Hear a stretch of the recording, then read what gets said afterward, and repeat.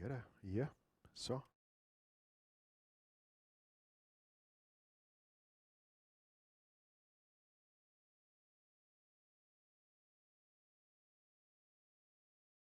Så skulle der være hul igennem den. Ja.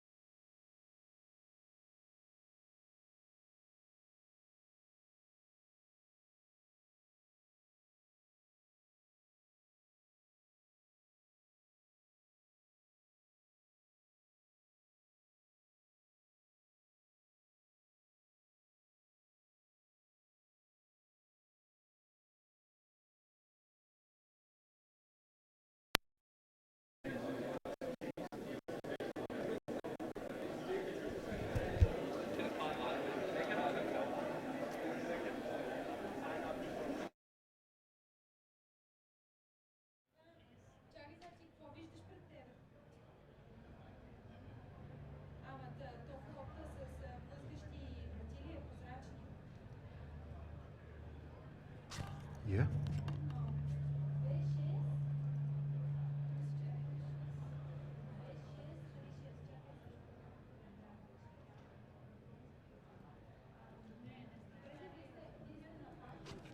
Ja. Og her. Her. Denne. Og nummer 6. Og det var 5, og her er 6. 7, 7, 8.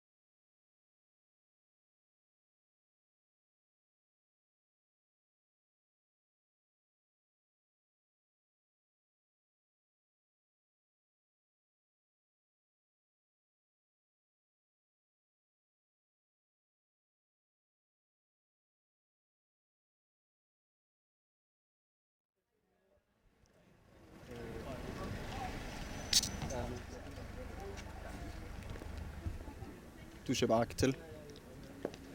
Yeah.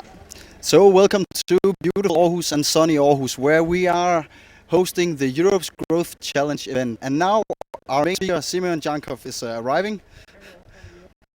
Welcome to the event. We are very grateful to have you. Beautiful insights to us. What do you from the panel?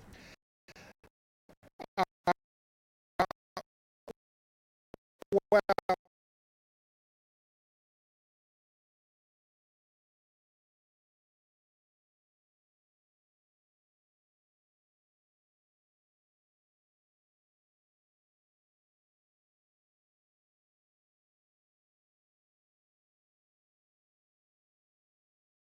Okay, super. So I'm standing here with Simeon Djankov, the keynote speaker, and I was just asking him what his expectations are for today and what he hopes to learn from the panel debate. the main goal for me in terms of the debate today is to learn what Danish view is on many of these topics that we've heard the view from Brussels, we've heard the view from London, we've heard the view from Eastern Europe, but the Danish view is not so widely discussed across Europe, so I hope that some of the discussion will focus on that. Okay, so Denmark is a relatively small country, both in size and economics. So do you think that the Danish way can contribute to the overall economic state of the world? Could other countries learn from Denmark, or are they simply too small? No, being small doesn't make it difficult to bring good practices and then contribute to that growth. Many of the good examples actually, since there it's easier to do big reforms. So actually, I think you can learn a lot from Denmark.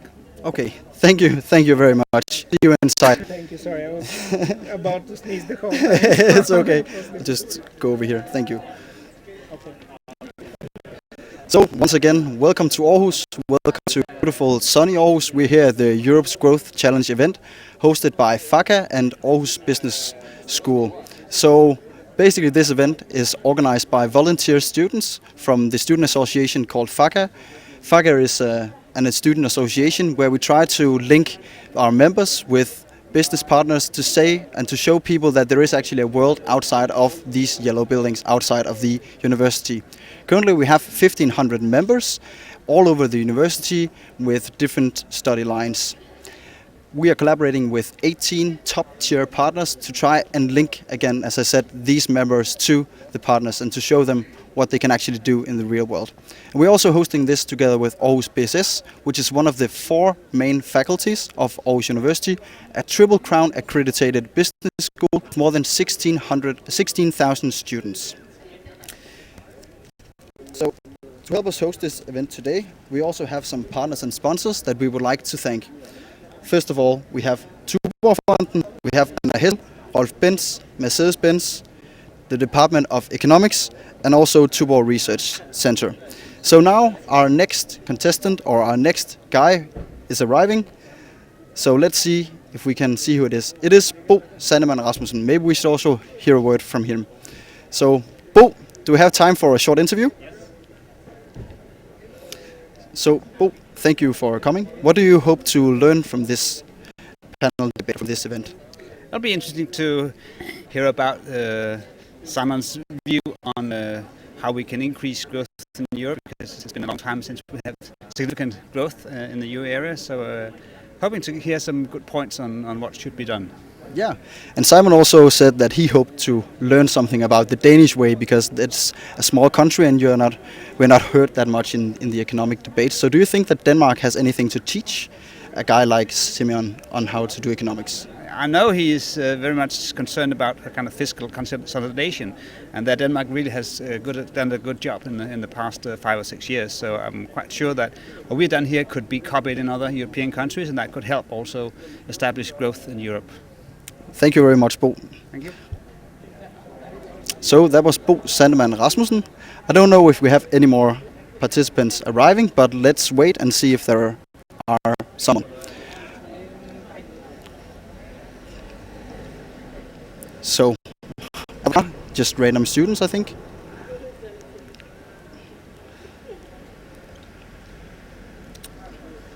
Maybe not. So maybe I should tell you a bit about today's event. So basically the event today will be on Europe's growth challenges. It's going to be put into 4 different parts. So first of all, we have Simeon Djankov hosting a public lecture for around 450 students.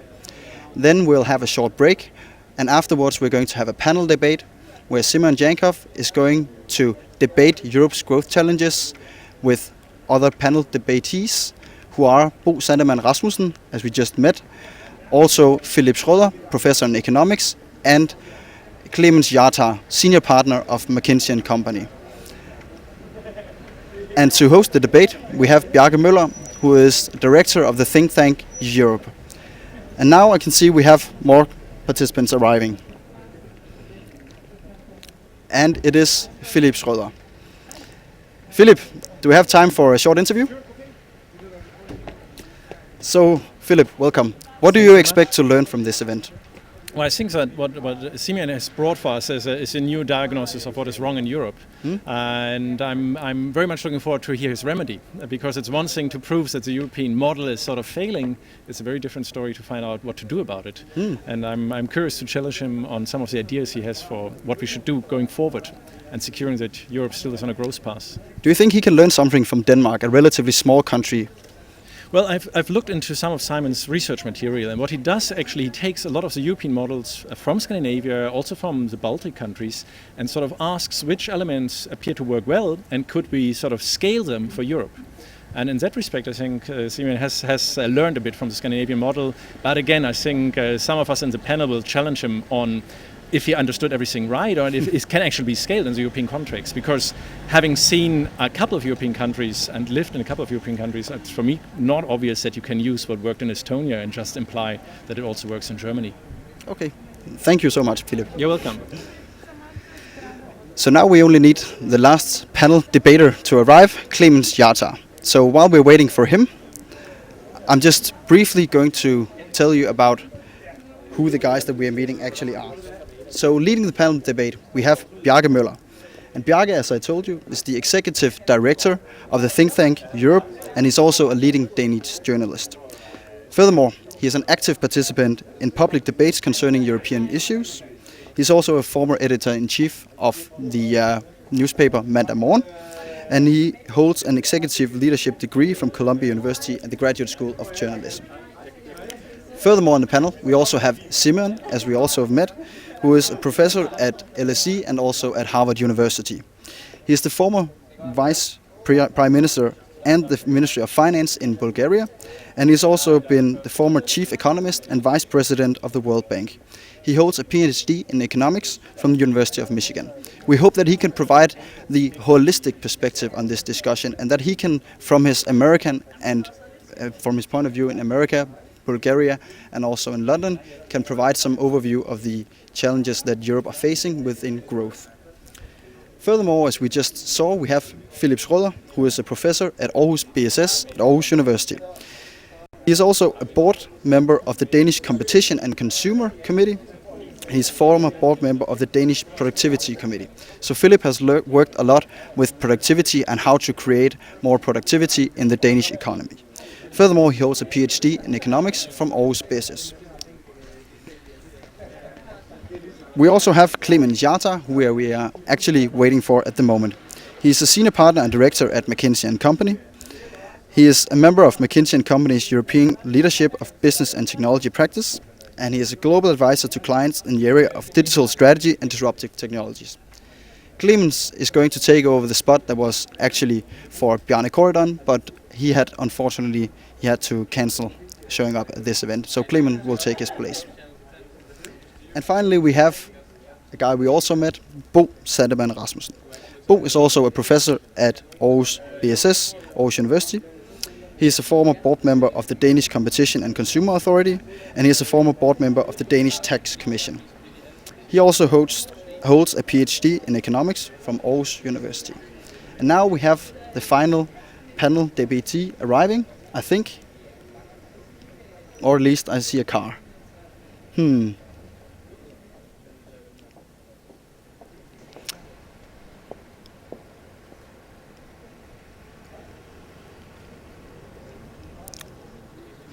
But they look a bit empty. So let me just hear. Thor!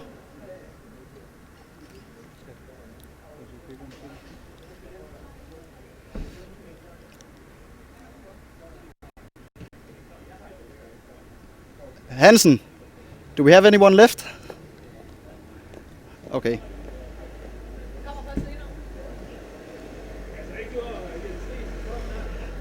And now we have Jens Ries arriving, but let's move inside and see if we can talk to some of the participants about the event today.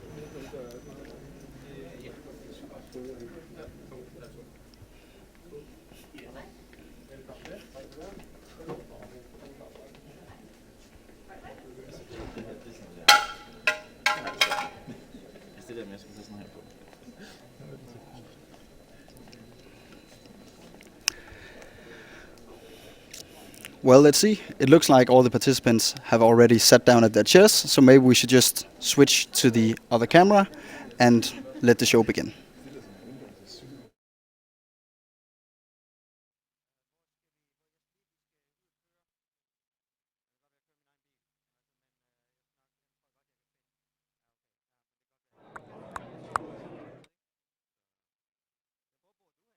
Har vi den her på? Ja, det har vi.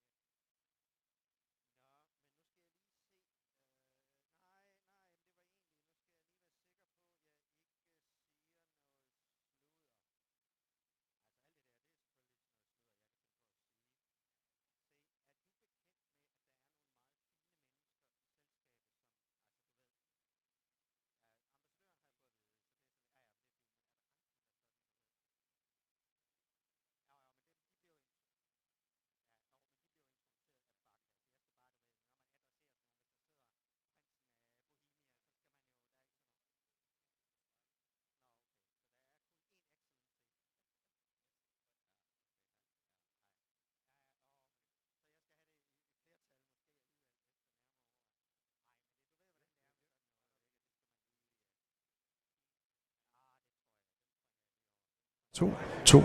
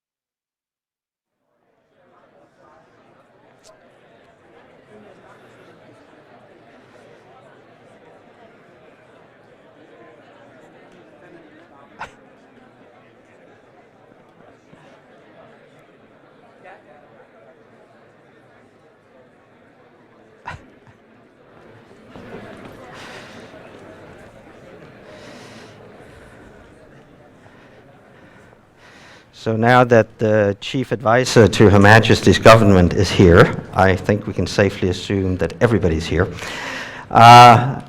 Your Excellency, ladies and gentlemen, welcome to Aarhus University, School of Business and Social Sciences. My name is Per Baltzar Overgaard. I am the Vice Dean of Research and Talent, the latter meaning mainly PhD education.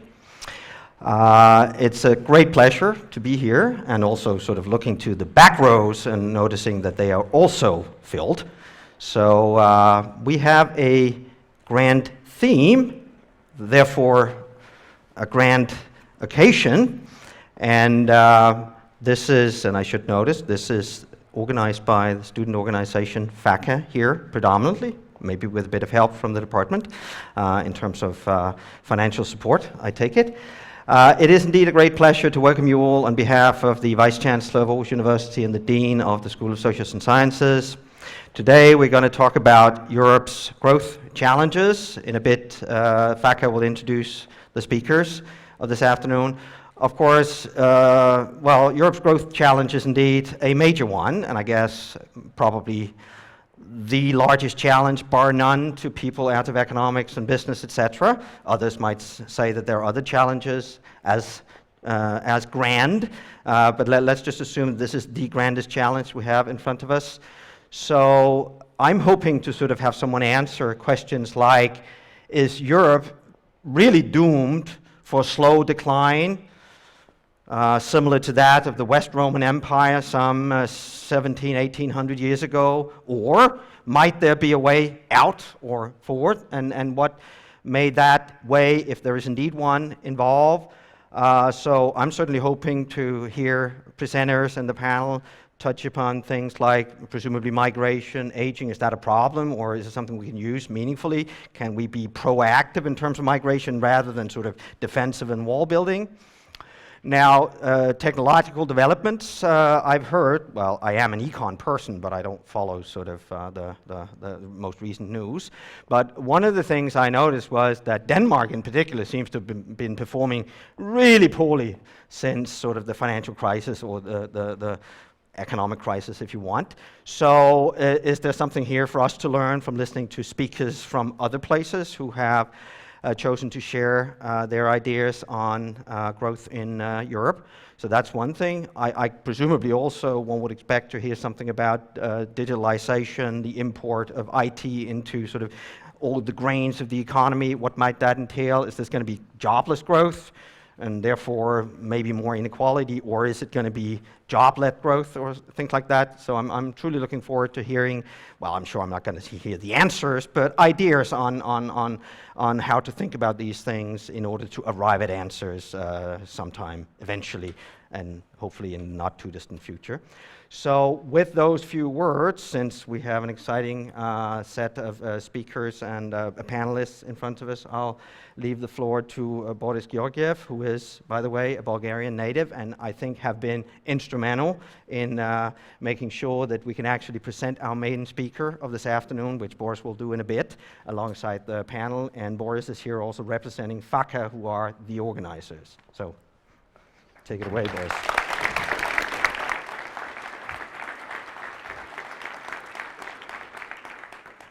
So, ladies and gentlemen, welcome on behalf of the Finance and Consulting Club in Aarhus. Welcome to Europe's Growth Challenge 2016. On behalf of FACA, I would like to welcome you to this event, which we believe comes at a very unique time, not only for Europe, not only for Denmark, but actually for the entire world. This is why we think it's very important, in our club at least, to engage all fellow students, the community, the business society as well, in those very, very pressing challenges, because they not only affect how we live today, but they also affect how we live tomorrow, in 5 and 10 years. This is why we've taken on the mission in FACA to try and engage with the world's perhaps most prominent, most influential experts, both in the business world, as well in the academic world, and also in the policy making. This is why it's great pleasure to have the opportunity to introduce you to the program for today. First of all, we're going to hear a public lecture on Europe's Growth Challenge delivered by Professor Simeon Djankov. Furthermore, we're going to pause for a 15-minute break where you can enjoy in the upper S building drinks as well as some chocolate and other confectionery. Afterwards, we're going to transition with a panel debate which is going to feature 3 other prominent business and economic experts. So in our lineup, we have Professor Philip Schröder from Aarhus BSS. As well, we have Clemens Jara, who is a senior partner and director at McKinsey & Company Denmark, and as well Bo Sandeman Rasmussen, who is a professor at Aarhus BSS as well. Without further ado, let me introduce the main public lecture today. So, Professor Simeon Djankov, Bulgarian native, has been a former Vice Prime Minister and Minister of Finance of the Republic of Bulgaria in the period 2009-2013. Prior to that, he spent more than 14 years at the World Bank, starting as a consultant and at the end reaching the level of a vice president and as well a chief economist of the World Bank. Before several years, he also used to be a rector of the New Economic School in Moscow, Russia. Currently, he's a professor at the London School of Economics and Political Science. He not only has been very involved in policy making and the most pressing public debates worldwide, but also during his tenure at the World Bank, he has conducted numerous projects for governments in transition in North Africa, as well in the Caucasian region, and has advised numerous governments on their most important problems that they have faced. Furthermore, he has been extremely active in the academic field. During his career, he has managed to publish more than 70 scholarly articles in among what you may call some of the most influential economic journals. And I believe his expertise and mix between expertise from government, politics, as well as economics, makes him a unique guest and a person who definitely we can learn a lot from his public lecture. Without further ado, let me introduce Simeon Djankov, London School of Economics and Political Science.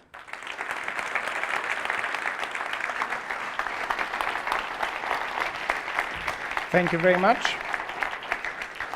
Thank you very much. Frankly, I'm quite surprised to see such a large interest in this topic. I've presented on similar issues in a number of other European countries, and interest has been there, but nowhere such a large interest. So I really look forward to today's presentations. We've organized them in a way that I would first be an economist, so show you some economic facts, economic and social facts about Europe, just to lay the foundation for what then I hope would be a discussion for not only what are the problems, but also what are some of the solutions to these problems, at least that we can discuss.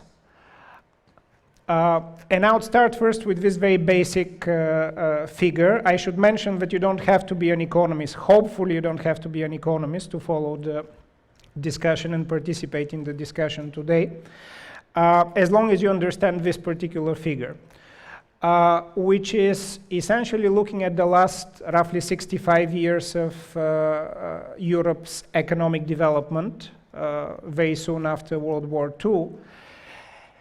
This is the average of all of Europe as we know today, the European Union as we know today, and noticing that every decade or so growth goes down and down and down to the point where the official statistics of the European Union, the so-called Eurostat, the European Statistical Office, basically predicts that if things go the way that they're going now, the decade of the 2020s, so just in 5 years' time, basically would be a no-growth decade, or between 0 and 1% growth on average for the European Union.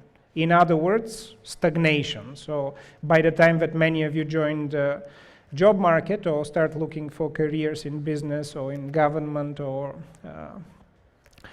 in other walks of life, the opportunities would be not as good as they were in previous decades. On this chart, incidentally, you also see how painful the recent Eurozone crisis was, or the financial crisis in Europe, this very big spike downwards, 2009, 2010. Europe then recovered somewhat, but you see that rather than continuing to go up after 2010, 2011, growth actually has again been essentially around 0 to 1%. So what we'll be talking today, both in my presentation and in the discussion, is what are some of the reasons for this low growth, how it compares to the main competitors of Europe, that is the United States, or America more generally, and rising Asia, and then what can we do about it. And I'll have the luxury of suggesting some solutions, but leaving it for the rest of the panelists to provide the main solutions. In most of what I'll do, I'll compare where data exists between Europe and the United States. And you would see towards the end, hopefully, was the rationale of this. Partly it's data. Asia, which is also a main competitor of Europe, doesn't have as long of time series, but where it does, we'll be showing that as well. But again, if you now go about 45, 50 years history and look at the, until recently, original EU 15 and the United States, you'd notice that until about the Eurozone crisis, so until 5 or 6 years ago, Europe on average was actually producing, together the EU 15, were producing more than the United States economy. This fact is often because the US economy, and especially in the new technology sector, has been so dominant in recent years, people forget that if you look at long-term statistics, Europe actually has been bigger than the US economy for most of our modern history. But just around 2011, 2012, that ceases to be the case, and now the American economy, largely on the expansion of new industries, has overtaken the European economy in terms of overall production. And then what we are going to do in a series of charts, so I'll show you a lot of data and then we'll have more of a discussion. I'll show you a dozen or so charts to basically start asking the question, well, where is Europe lagging? So what's happening? Can we find this from looking at different markets? So one market, if you want to produce, if you want to have economic growth, well, it's useful to have people who actually produce, people who are gainfully employed in the economy. So one thing that we will be comparing is the employment rate. This is not the same as unemployment or employment. Basically, the employment rate says of the people who are of working age, so if you exclude kids and if you exclude people who are already retired, so you just leave people who can work, what is the percentage on average in countries that are actually employed? So the opposite of that would be people who have decided not to work for one reason or another, or have reasons not to work. The higher this percentage is, obviously, it means that the more of the active population is involved in economic activity, and that's better for the economy. So first, just looking at the last two, and notice that here the statistic includes all European Union 28, including Croatia, so we are completely up to date in this analysis. We already noticed that there is really a 5 percentage points difference between how many Americans work and how many Europeans work. So already we see that a sizable part of the people who may work in Europe have decided not to, more so than in the United States. And then it's very interesting to look across countries. Incidentally, one topic that for me has been very interesting coming out of Eastern Europe is to compare Eastern Europe to Western Europe, but also Southern Europe to the rest of Europe. The first country perhaps is not surprising, but is just striking how different it is. So basically, in Greece, more than half of the active working age population does not work. It's quite a striking statistic to ponder. So These are not students, these are not people who have not grown to be in the market, and these are not retired people. These are the people between the ages of 18 and 64 that in principle should be involved in economic activity. So in Greece, about 48% of the working age population is involved in such activity. So more than half actually not. The rest of the population, in other words, has to produce for them as well. If you look at this graph, you quickly say, well, it's no surprise that Greece has lots of economic and financial problems. But I've put a number of countries, first to say that Denmark does very well on this chart, and that in particular it's one of the few countries that outperform the United States. There are 6 or 7 European countries that outperform the United States in terms of employment rate. Notice that they are primarily in the northern part of Europe. Exception is Austria, which is in Central Europe. But Sweden, Netherlands, Denmark, the UK, Estonia are countries where more than 70% of the population, working age population, works.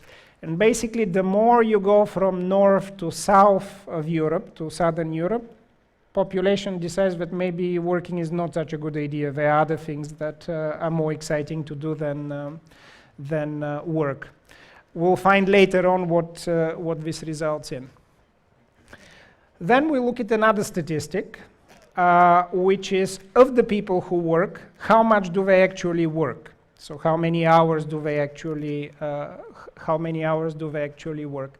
And here I compare again the United States to France, a country that typically is not thought as the most hardworking European country.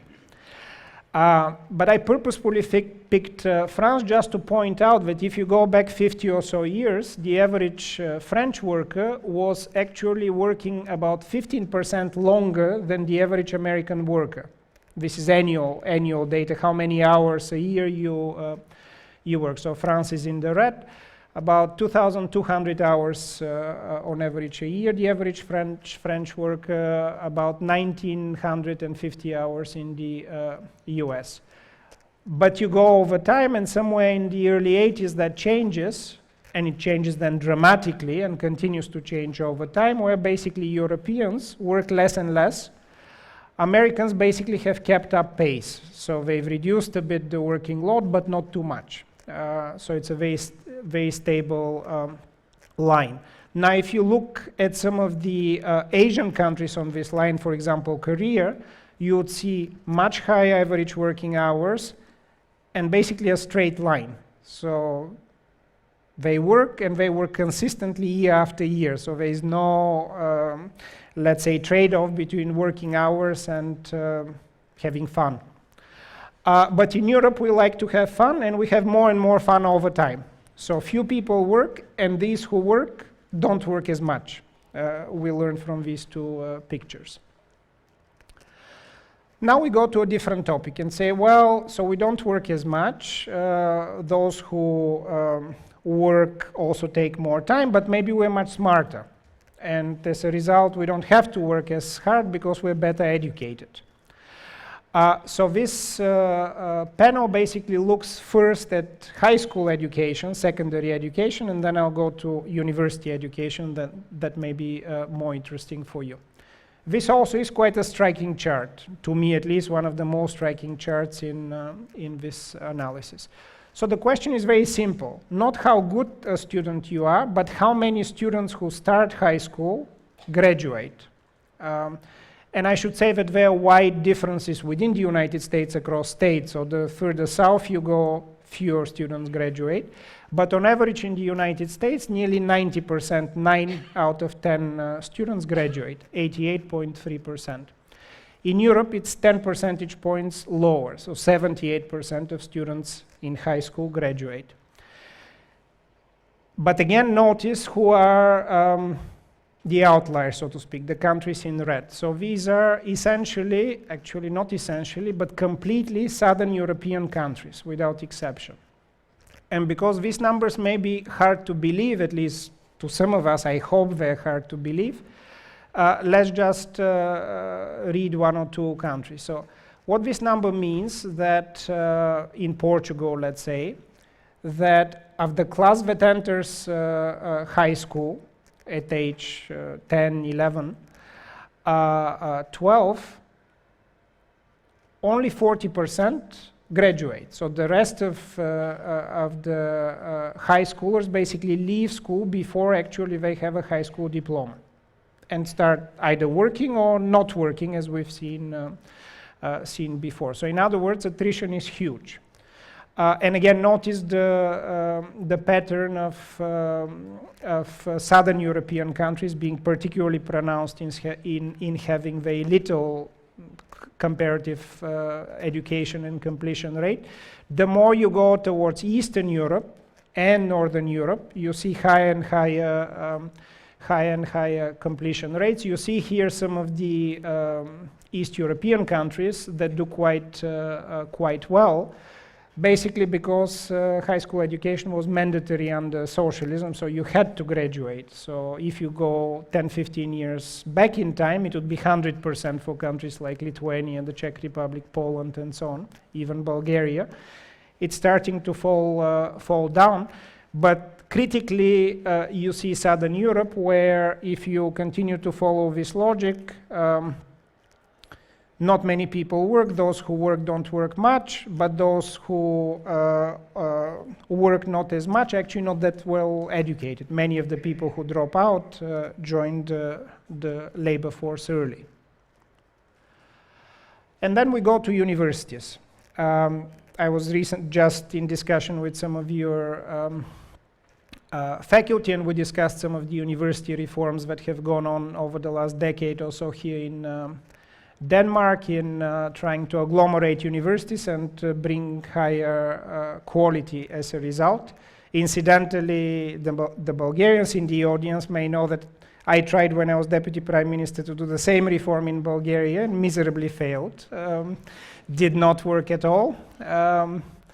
I had all of these esteemed professors coming and saying, "What do you know about education?" I said, "Well, I'm reasonably educated. I've taught in a number of universities." "No, you don't know anything about education," so didn't work out.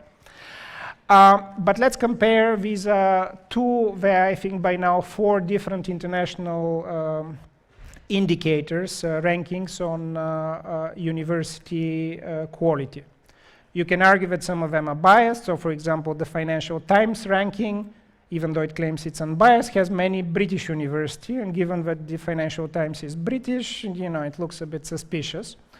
The Shanghai Index, which you can imagine is somewhat related to Shanghai and Asia, has more Asian universities among the top, but that's why we take several. So I show you the 2 main ones. And it just asks the question, all together, all universities in the world, let's rank them on quality of education and see where they are. Not surprisingly, the vast majority are in the United, well, not the majority quite. Actually, yes, the majority, above half of them are in the United States. And in the case of the Shanghai Index, over 65% actually are in the United States. The UK has some, the Oxfords, the Cambridge, I think the London School of Economics also makes it. But then you look at continental Europe. So continental Europe is all of the European Union except for the UK. And basically you notice that on one index there are only 2, and on the other index there are 6 European universities all together that are in this index. So basically it's either 3%, 2 to 3% of the top universities, or 10% of the top universities in the world. Given that education, university education, as we know it, started in Europe centuries ago, this is not great. This means that we are lagging behind, very significantly behind the US, the UK, and increasingly Asia. The others are basically Asia. I'll come to this point in a bit more detail later. I'm at the end of this random, what may seem to be to you random picture, so I'll come to a point very soon.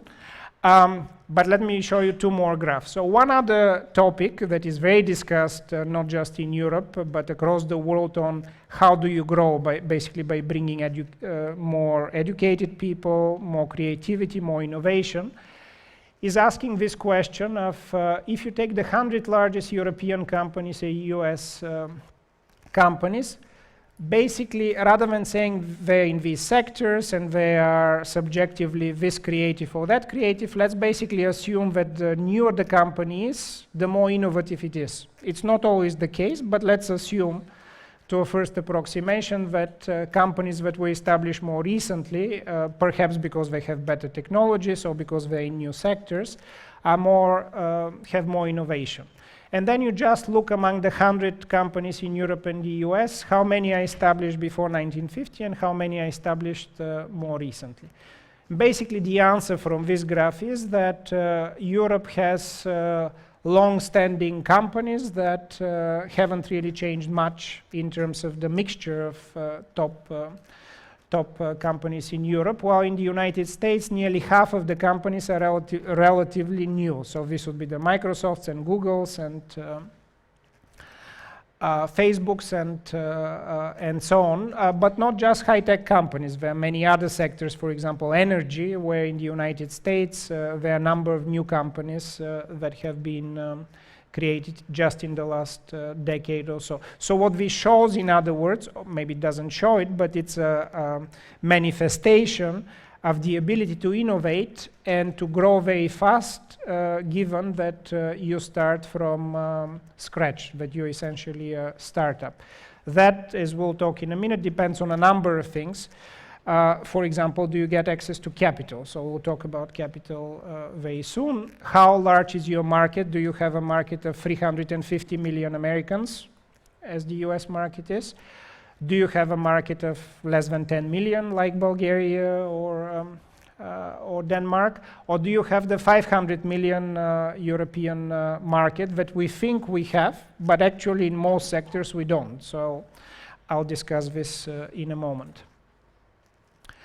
I'll quickly go from my favorite topic, which is, however, not the main topic of this presentation, to note that so if you don't have many people producing, as a result, you don't have much production, much ability to tax, essentially. And so the state has to do more, or at least many states, many governments, think that then this is a natural cue for them to come in and do a lot. So what this shows is that this basically says how much the government spends out of the overall expenditure in any one year. This is 2014 per country. So how large is the government in providing services? This is health, education, security, infrastructure, all kinds of services. Here, unlike many of the pictures that I showed you, it's not necessarily that low means good or high means good. This is just to understand how European economies, or actually societies, not just European economies, operate. This number, I've not put it on this picture, for the United States is around 35%, 34.6%. So it's about 10 percentage points less than the average for the EU. So on average, the US government, not just the central US government, but also the regional governments, collectively are responsible for about a third of total expenditure in the United States.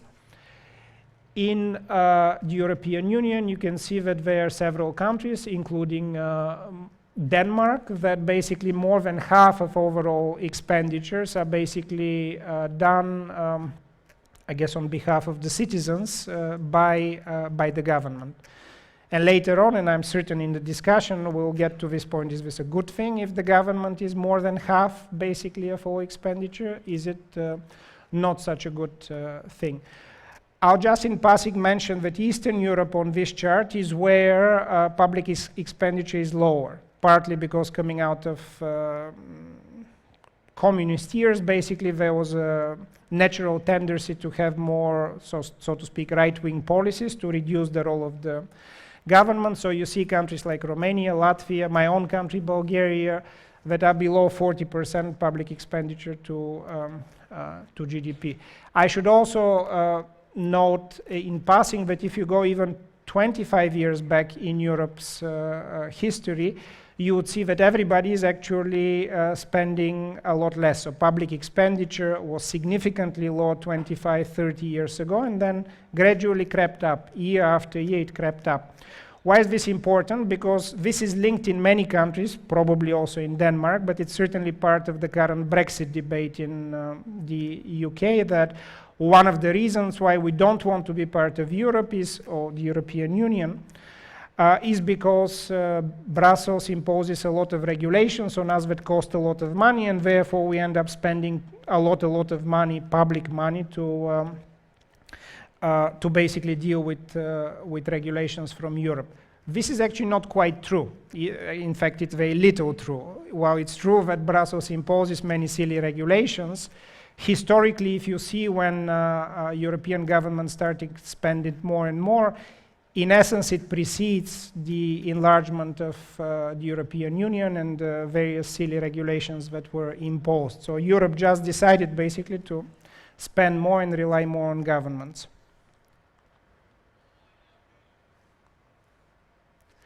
But by now, I think if you haven't been depressed coming to this lecture, by now you should be quite depressed because it all looks terrible. So I'll quickly point out some good things about Europe, so you don't think that it's all bad. Despite everything that we've mentioned, and despite many issues that every one of the European Union countries has, generally most economists and social scientists agree that one of the, perhaps the main precondition of having economic growth and successful economy is having a rule of law. Basically, if I'm a private entrepreneur, private firm, and some other private firm is doing something that basically is damaging me, I could go to the regulator or the courts and argue my case, and if it's a just case, succeed.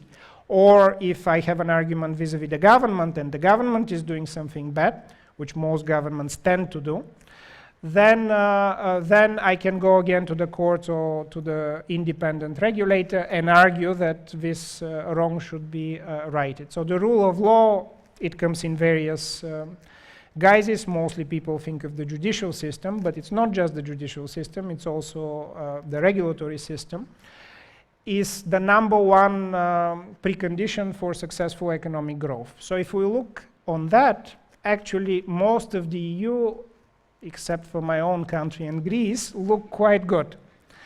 And I should say here that previous Bulgarian governments are responsible for the state of the Bulgarian, but it's not our government. But you see that on this indicator, this is between 0 and 10. It verges between 0 and 10, when if you're, let's say, in, let's pick a country, Tajikistan, basically you're 0, so, you know, there is no rule of law, the president decides everything, and in fact, I think last week the Tajik president decided that he would be a president for life. And it was very easy, everybody agreed. They didn't need a referendum, just government decree, president for life. So that would be a 0, and you go to as high, Finland actually, which is highest in the European Union, is also highest in the world at nearly a 9. But you generally see that a fairly large number of European countries, about a third of the European Union, performs quite well. Here I've shown relative to the US, but it performs particularly well if you compare to China, Korea, and so on. So actually we are very significantly above the rest of the even industrialized world in terms of the rule of law. And again, mostly Northern Europe, but also some of the former East European countries like Poland, which is good news if you get a few other things right. It basically means that you have a good fundamental for growth in some of Europe. Others have to catch up. And on that particular indicator, enough European countries are even ahead of our main competitors, so we can hope to achieve better things if we try more. Well, why haven't we then? So we have a good rule of law. I've showed you some of the other reasons for why we haven't. But I'm coming back to this topic of university education, innovation, also linked to the innovative companies. So this is again sort of a public finance view, just asking the question of each country, how much of its GDP every year it spends on research and development. Most of it happens in the business community, but a lot of it happens also in universities like this university. This is not necessarily a pure measure of innovation, because some countries can spend a lot and it can be totally ineffective. But generally, more expenditure on research and development goes well with subsequent innovation. So we notice here that the United States, which I already mentioned, actually has a lot smaller share of government overall, so this is not really organized by the government, or at least not much of it, spends about 2.8, nearly 3 percentage points of GDP on research and development. We have a few European countries, which is again good news, including Denmark very prominently, Sweden and Finland, that spend 3% or more, which is very good news. Then we have, fortunately not Bulgaria this time, Romania, which spends basically nothing on research and development, and in general, with the exception of Belgium, the rest is mostly Southern Europe and a bit of Eastern Europe, spend very little on research and development. The result of that is that the exports that come out of this region, of the Southern and East European region, basically are not R&D intensive. In fact, I mentioned, or it was mentioned that during the Eurozone crisis I was finance minister, so I spent many sleepless nights in Brussels arguing with other finance ministers whether Greece belongs to the European Union or doesn't belong to the European Union and the Eurozone. And at some point we decided to look at basic trade statistics to see if public finances in Greece get better, basically how the economy could grow. Incidentally, even to date, the Greek economy hasn't grown over the last few years, but basically what does Greece export? What are its main competitive products? In small audience, I'll just ask a few people, but I think it will be embarrassing to ask in such a large audience, and basically the answer is nothing. So Greece exports nothing. So it has, in terms of its official statistics, it exports what's called maritime services, shipping. But basically the reason that it exports shipping is that in the Greek constitution, until very recently, it was written that shipping companies are not charged any taxes, zero. So you don't pay any taxes if you're a shipper in Greece. And that, you can imagine, came from, how to put it politely, I wouldn't call it corruption, just a lot of successful lobbying on the part of the sector at a certain stage in Greece's development. But basically about 25 to 30% until recently of Greece's export statistic was shipping, which wasn't, some of it is actually Greek, but most of it wasn't Greek, it just registered in Greece. And then another about 30% is related to olives. So it's either olive oil or pressed olive oil or hot pressed olive oil or olives or essentially olive derivatives. So really check the statistics. Another 30% is related just to olives. And then there is another about 30 to 40% that is mostly other agriculture, non-olive agricultural products. So there is some wine, which is, not great if you've tried it, but, somebody must be drinking it. And there is wuzu, which is, better to drink and so on, but basically it's agriculture. So if you are, reasonable economist, even undergraduate level economist, and you've gone through your first 2 years of economics, and you ask the question, a country like Greece, looking at the exports, how can it grow? Basically, you don't have a good answer. Can't really, something else has to happen. But then for it to happen, you either need research and development, you need more people in universities, more people in secondary schools and so on. Anyhow, a diversion to get to the main point that we, with the very few exceptions in basically the Nordic countries plus Germany and Austria, we don't really spend that much on research and development. My favorite picture, it was, I think, mentioned in the introduction, that when I was at the World Bank, I started this actually academic initiative that ended up as a policy initiative called Doing Business, where we asked a very simple, well, several related very simple questions. If some of you are not familiar yet with the Doing Business report, it's one of the most exciting publications in the world. You definitely should look at it. But it basically asks many both academics and many politicians, when they have nothing better to say about business, they say it should be much easier to start a new business. So we're going to make it easier to start a new business. So in this project that we started about 12, 15 years ago by now, we said, well, let's take the same type of company around the world and let's ask 3 questions. If you want to start it, how long would it take you? How much it would cost you? And how many different procedures, basically how many different agencies you would have to go to? So very simple questions. And we looked at what the laws and regulations would provide for that. So that's one of the sub-indices, which is called the ease of starting a business. And similarly, we have several other type of indices. If you're a business, you deal with, for example, an index on paying taxes, which asks the question, if you're a small business and you want to pay your taxes, how difficult is it? How often do you have to pay taxes? Can you pay them electronically or not? How many hours does it involve senior management or you, if you're the entrepreneur, to pay these taxes? And basically, what are the legal procedures? And we go, how do you get a business license? How do you enforce a contract in the courts and so on? So 10 or 11 different topics to get to this index of how easy or not it is to start a business. This is basically the regulation, what the state provides for businesses to operate relatively easily or not so easily.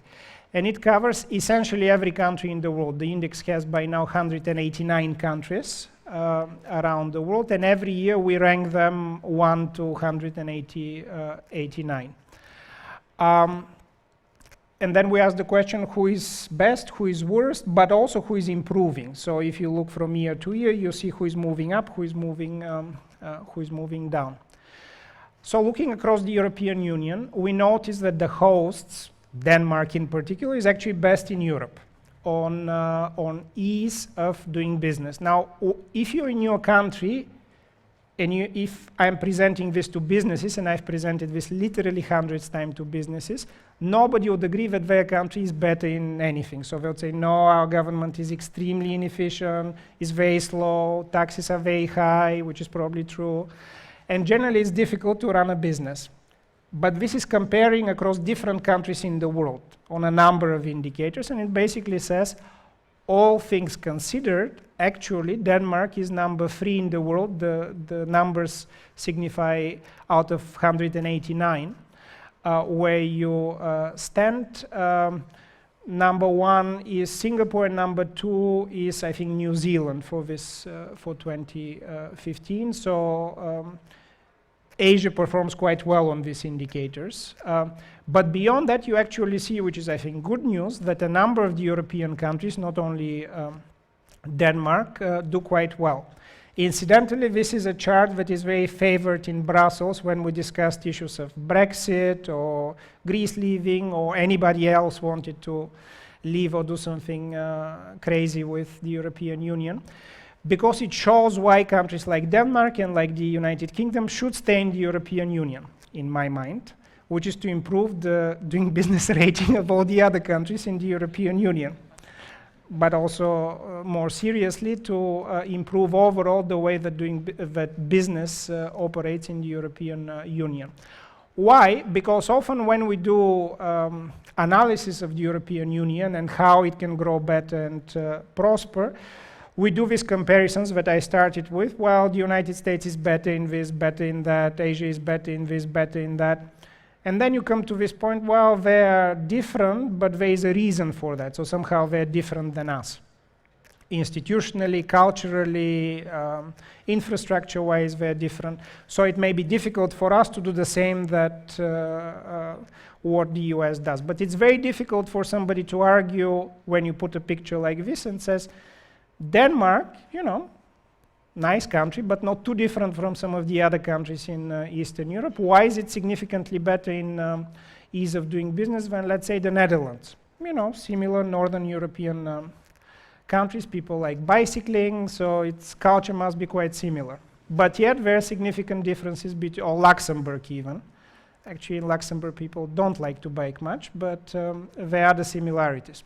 Well, let's find if they're similar, they should be able to be able to implement similar regulations. So let's actually implement this better, but not get you know, Belgian regulation to Denmark, but get Danish regulation to Belgium, and British regulation to well, I wouldn't say Italy, but you know, other countries in the European Union. So if you have the top countries being frustrated and basically saying, okay, enough with Europe, you know, it's too painful and we don't want to be part of it, what's going to happen with the rest of Europe? Well, it's going to be worse, because there isn't this pool of the top performers, if you like to say, the whole of the European Union has to be like us, so we need to improve and maybe even better than us. But still, the positive view from this picture is that still all of Europe, even Greece, is actually in the first half of the global picture on ease of doing business. So there are many countries behind us that still haven't figured out how businesses should operate relatively easily. I imagine one of the favorite topics to discuss in Denmark is taxes. So I'll show you just two different pictures of taxes. But first to note that in terms of at least corporate tax policy, Europe is actually better than the United States. And I think most businesses who've worked in both continents would tell you that while the US is better in many dimensions, tax policy is quite painful in the US. Of course, larger US corporations hide taxes, mostly by coming to Europe and hiding it here, but or in other parts of the world. But you would see that both the level of taxation, generally speaking, and also the direction of taxation has been beneficial to Europe, actually. Yes, Denmark is there as well. So in particular, you see that in the last roughly 25 years, corporate taxes have been falling. In some countries, like in Ireland, you see a tremendous fall over the last 25 years. This picture should have had Bulgaria, which has actually the lowest corporate income taxes of any European country at 10%. In fact, if we have managed to be good at something in government in Bulgaria, it's tax policy. So we have what's called a flat tax. I recommend it to Denmark. So we have 10% personal income tax, 10% corporate income tax. Basically everything is 10%. So regardless of which tax you're looking at, it's 10%. And we have nothing above it. So regardless of what you produce, it's 10%. It's easy to remember. And incidentally, when we had in 2010, 11, 12, all of these discussions on taxation in the European Union, the Germans in particular and the French were always very excited to say we should have uniform taxation so that nobody cheats on taxes, as if nobody in France cheats on taxes. And then I would say that's a great idea. Let's have Bulgarian taxation. It's easy, 10%, finance people can understand it, and sort of that always killed the discussion that, you know, it has to be uniform, but at the French level, not at the Bulgarian level. But on taxes, well, businesses can complain, and I'm sure that in Denmark businesses do complain of high taxation. Note that relatively speaking, actually taxes, corporate taxes in Europe have both been falling, and historically actually are not as high as they have been in on average, there are exceptions in the United States.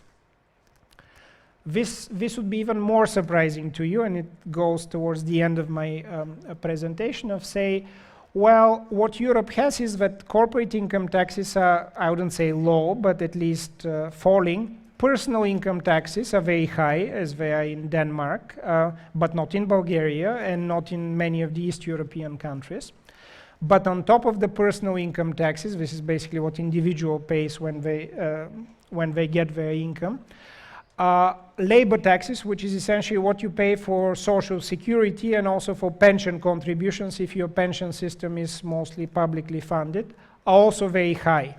Now, why am I focusing on labor taxes and not on personal income taxes? Well, because a lot of academic research over the last decade has been trying to find this answer: why so many able-bodied working-age people are not working. So what prevents them from entering the labor force? And there are different explanations, but one preponderance explanation is basically this: that if you have very high social security taxes, which are levied, I should say, on your wage. So you come as a first-time worker, so you finished university or high school, you join the labor force, you don't have a very high wage, at least most of the cases.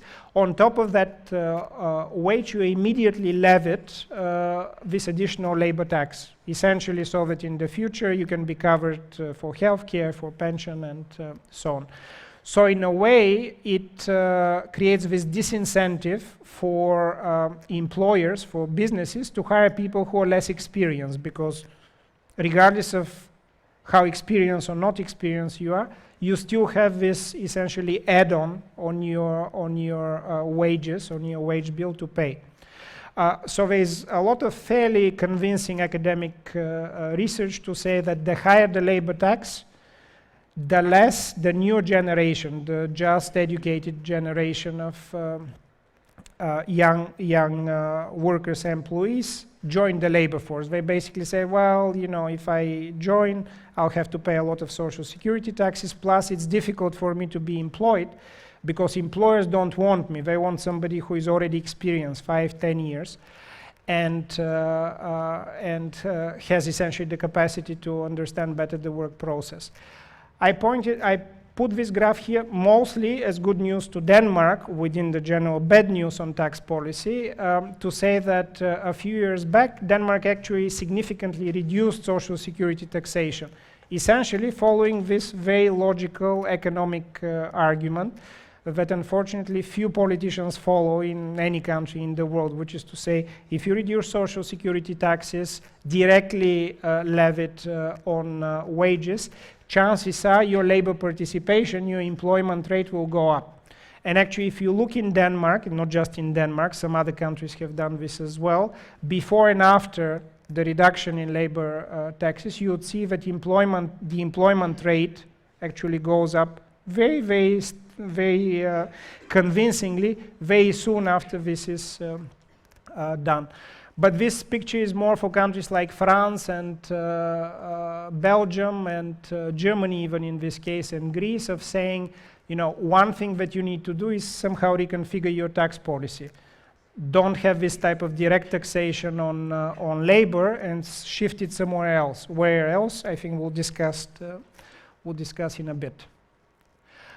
This is just a picture from the Doing Business, the early argument that I made, but specifically to taxes, that one thing is how much tax you pay, and another thing is how painful is it for you to pay this tax. To note again that in the area of taxation, excluding the Czech Republic, Portugal, and Italy, most of Europe is actually quite competitive with the United States. So it's not the case that the United States here have figured it out. And if you follow presidential debates in the United States, I'm sure now you do because it's fun, you notice that every presidential candidate says that they'll change the tax system, and it has not been changed for about 60 years. So they fail miserably to change the tax system. So now I'm getting to the final part of my presentation, just 3 or 4 more slides of saying, okay, so we now hopefully have sort of an idea of what are some of the problems and how they compare to the rest of the world, but also what are some areas that we can build on, like the rule of law or the fact that regulation on business, while it clearly has some differences across European countries, still is by and large better than in the rest of the world. So what are areas that we can build on? And these I'm going to just pick some areas to hopefully incite discussion after all. These are by no means all the areas. Well, one topic is digital trade. So this is an area where Europe actually has some comparative advantage in the sense that we have high internet penetration, much higher than in the rest of the world, even in Southern and Eastern Europe. In fact, Bulgaria, my own country, is among the top 10 countries in the world in internet penetration, as are 2 or 3 of the other East European countries, all the Nordic countries around you, and I think Austria. So out of the top 10, 8 actually are European countries. Among the top 10 in internet penetration in the world, 8 are European countries. So that's great, but then if you look at some basic measures like online banking usage, it's increasing over time, but it's actually not great. Well, in Bulgaria, it's not great at all, but even in countries like Bulgaria, or the average of the European Union, is not so great. Why is that the case? Well, there are several reasons. I'm simplifying, but one reason is that while Europe is supposed to have a single market, single economic market, so we should be able to trade everything seamlessly without any trouble in the European Union, in the area of digital trade, actually there is no single market. There are 28 very distinct markets. So if you attempt to either do online banking from Bulgaria, let's say, to Denmark, and transfer money, or do some other types of payment transactions and so on, or in most European countries, if you try to buy something over the internet and receive it, chances are you're not going to be able to succeed, or if you succeed, it's going to cost you a lot. Why is that the case? Well, we can discuss hopefully, but basically the answer is that there are several of the large European countries, like France, for example, that are very protective of their market and basically say that, or have said until recently, that they don't really want single digital market because it somehow endangers cultural identity of countries and people and so on. So as a result, one of the key markets that has propelled countries like the United States over the last 10-15 years, or Korea over the last 10 years, in terms of economic growth, does not exist in Europe. And there are some studies done both at universities and at the European Commission that says that if we could just have a single digital market, so that basically it operates as one European market, not 28 markets with different regulations and tariff policies and so on, the European Union will add to its GDP about 1 trillion euro a year. 1 trillion euro a year. But that's something that is missing. So I'll finish with just a few thoughts. This is a fairly large piece of work, so I don't pretend to be exhaustive, but from these slides and another about 200 figures that we've worked on for this book project, what are some of the things that come up? So I've already mentioned most of them. I mentioned the second one, digital trade, services trade. Do I think, as former and to some extent current policymaker, that that's going to happen soon? No. There is no interest, or maybe there is interest, but there is no drivers, policy drivers currently in the European Union to actually make digital trade open. There are some small initiatives, but we are not about to see that happening. I mentioned education. Typically, Europeans we pride ourselves on having good education. And in some parts of Europe, like here, you do. But it turns out in other parts of Europe, education is actually quite bad. Bad by European standards and bad by world standards. Mostly Southern Europe, some of Central and Eastern Europe. But clearly a lot has to be done on just providing basic education and then good university services. Without that, it's kind of difficult to see how a high-tech sector can actually develop if you don't have the skills and the type of people who you need for that to develop. A third point we haven't much discussed today, but it was very prevalent as a discussion point a year or two ago in the Russian-Ukrainian when there was issues between Russia and Ukraine, and it comes every 2 or 3 years to bite Europe, is that just like in digital trade, we are not a single market, even though we are supposed to be. Similarly, in energy, we're not a single market either. So every country basically does its own deals with Russia, with Qatar, with whoever else. In terms of providing its own energy, it has its own regulators, it has its own energy policy. And there have been many attempts to change this, including in the last few years when I was also part of European policy makings, and they have all failed. And my prediction is that they'll continue to fail up to a point when some of the large countries, particularly Germany, France, and Italy to some extent in Europe, understand that it's also in their own interest. So every time that there is a discussion of single energy policy in the European Union, everybody says yes, applauds, and then the large countries quietly go away and do their own deals because they think that they can get better deals that way, not part of the European Union. And as a result, Europe is very little diversified in terms of sources of energy. We've touched a bit on the public expenditure. I think I'll leave it for perhaps the panel discussion, but mention that a very significant part of cutting public expenditures and basically reducing them to a point where there is less need for taxation, so reduced taxation as well with that, is the lack of pension reform. And it's linked to this topic that we started with, that the European population is getting older and older, so we are aging as a continent, very few exceptions.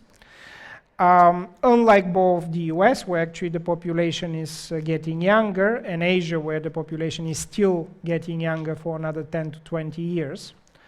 In our continent, we are annually losing about 2 million workers, or rather working age population every year. So in a decade, we lose about 20 to 25 million working age population. Here, I intentionally do not discuss yet the topic of refugees and migration. I think we'll leave it for the panel as well. But Europe is fairly rapidly aging, and as a result, the cost of pensions and healthcare as well are rapidly getting higher and higher. So unless you somehow recreate the public expenditure system so you can accommodate for that, which is a trend, we cannot really do much about it, in the next decade or so, taxes will have to be increased, and will have to be increased in every country. And I also mentioned taxes on labor. There is a bigger discussion on tax reform, but I think that's not a discussion at the European Union level. That's a discussion at the country level still, and I hope for some time to come. But a commonality across all European countries is that labor, well, except for Denmark, is that labor taxes tend to be quite high, and that's directly related to fewer people getting into the labor market. And with that, I would finish here and hope that somebody else can explain this slide for you. And then we'll come back in the questions and answers and the panel discussion. Thank you very much for your attention.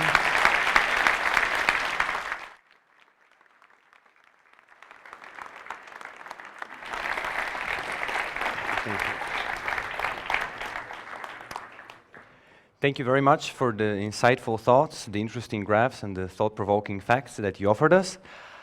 Next, we would like to share with you a very special and very interesting initiative that is actually run by one of our corporate partners at the Finance and Consulting Club in Aarhus, namely McKinsey & Company, and that is the McKinsey Global Institute Essay Prize. If you take a very close look, you'll see that in fact the topic absolutely coincides with our discussion today.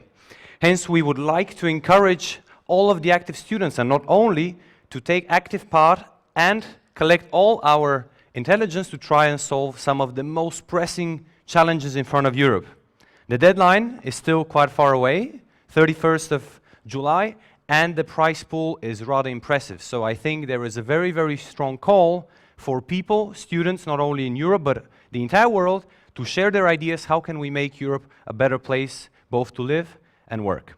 As you can see, you can find more information at mckinsey.com/mgi. With that being said, now let me cover the next part that is going to take part in this event, and that is namely the panel discussion. But before that, we're going to have a 15-minute break, and I would like to use the opportunity to briefly present the panel moderator. So we're very fortunate today to have in our panel Bjarke Müller, who is an executive director at Think Tank Europa. He has very big experience in covering European type of issues, and as well has been a leading Danish journalist, formerly also a chief editor of Monday Morn. He also holds an executive leadership degree from Columbia University, the Graduate School of Journalism. With that being said, we would like to also pinpoint that during the Q&A session and the panel debate, you have the unique opportunity to actually influence the debate, share your contributions, and ask the most challenging questions. You will be using the platform Slido, on which you can use the hashtag EGC2016. You do not need any registration. You simply need to open your mobile phone, enter that website and this code, and you have access to the discussion, and we'll be able to, actually, our moderator will be able to pick some of the questions that you ask. You'll be introduced shortly to the platform after the break. So now please enjoy a 15 minutes break, and as well the drinks and the food in the Upper S building. Let's meet back in 15 minutes. Thank you very much.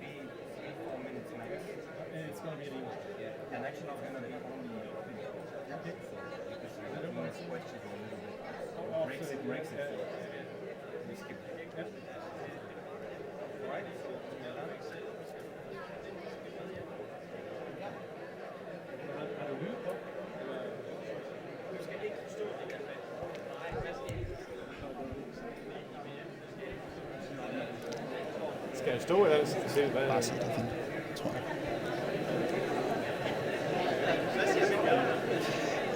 Ladies and gentlemen, we are now back at the live stream, and we are so fortunate to be able to interview Philip Schröder. So I have some questions that we have received from The Economist, from the Eastern European office, that we're going to ask Philip and see what his responses are. So Philip, how will the European market be affected if Britain leaves EU, if we have this Brexit as it's called? It's going to be a disaster for two reasons. I think it's worse for the UK to actually exit the common market in a sense. But what is really scary is that it might lead to a disintegration of the entire European concept. And nations like Denmark, smaller countries like Denmark or Bulgaria, that actually really dependent on a single well-functioning market. And if that disintegrates, it's a disaster for businesses across Europe. And why is it that the British people cannot see this? Why is it that they believe that Brexit is the right thing for them, do you think? I think the big mismatch in the Brexit debate is really that the UK as an economy understands that it matters to be part of a larger market, but they're also offended and scared of some of the other trends, like migration, like tax evasion, other issues, where it feels it could be comfortable to regain control of certain policy areas.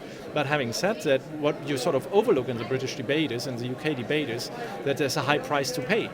That is future growth in the UK, which will slump. We're going to see a huge devaluation. We're going to see severe consequences for the UK economy.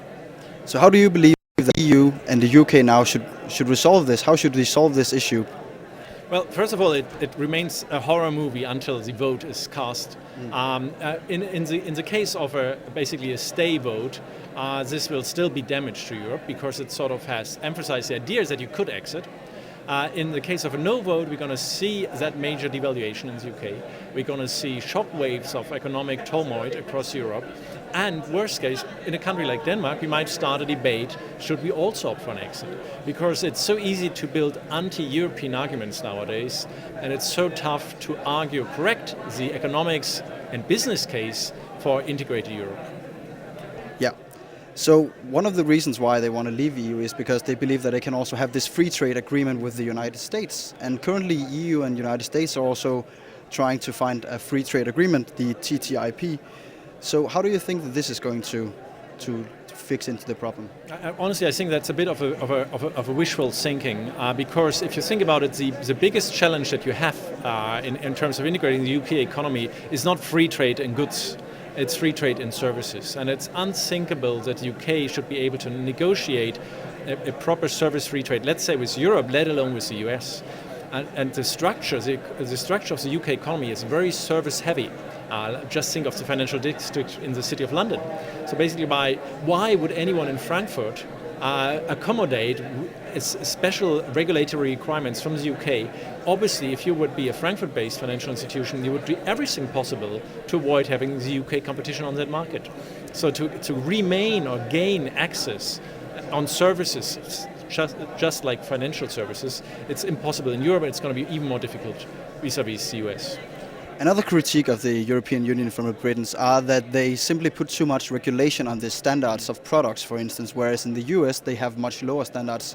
So how far do you believe that the Europeans should go in regulating standards for products in the European Union? I think the way forward in terms of regulation is a mutual recognition. So whenever US authorities say this car is safe for road transportation, in Europe we should say the same. Mind you, in one area there is this mutual recognition, and that is in air traffic. As a matter of fact, an airplane that is allowed to land and start in the in the US is automatically allowed to start and land and be operated in Europe. So if we can agree on mutual recognition in air traffic, why can we not agree on mutual recognition on the way seatbelts are fastened within cars, in the way that food products should be dealt with, or let alone how insurances, financial systems should be integrated. So I think the biggest dilemma here is that there are special interests, and fighting down special interests, it's much tougher than cutting tariffs. Thank you, Philip. And that was all from the live stream here in the break. We'll see you when the participants arrive and when we'll have the panel debate. Thank you from here.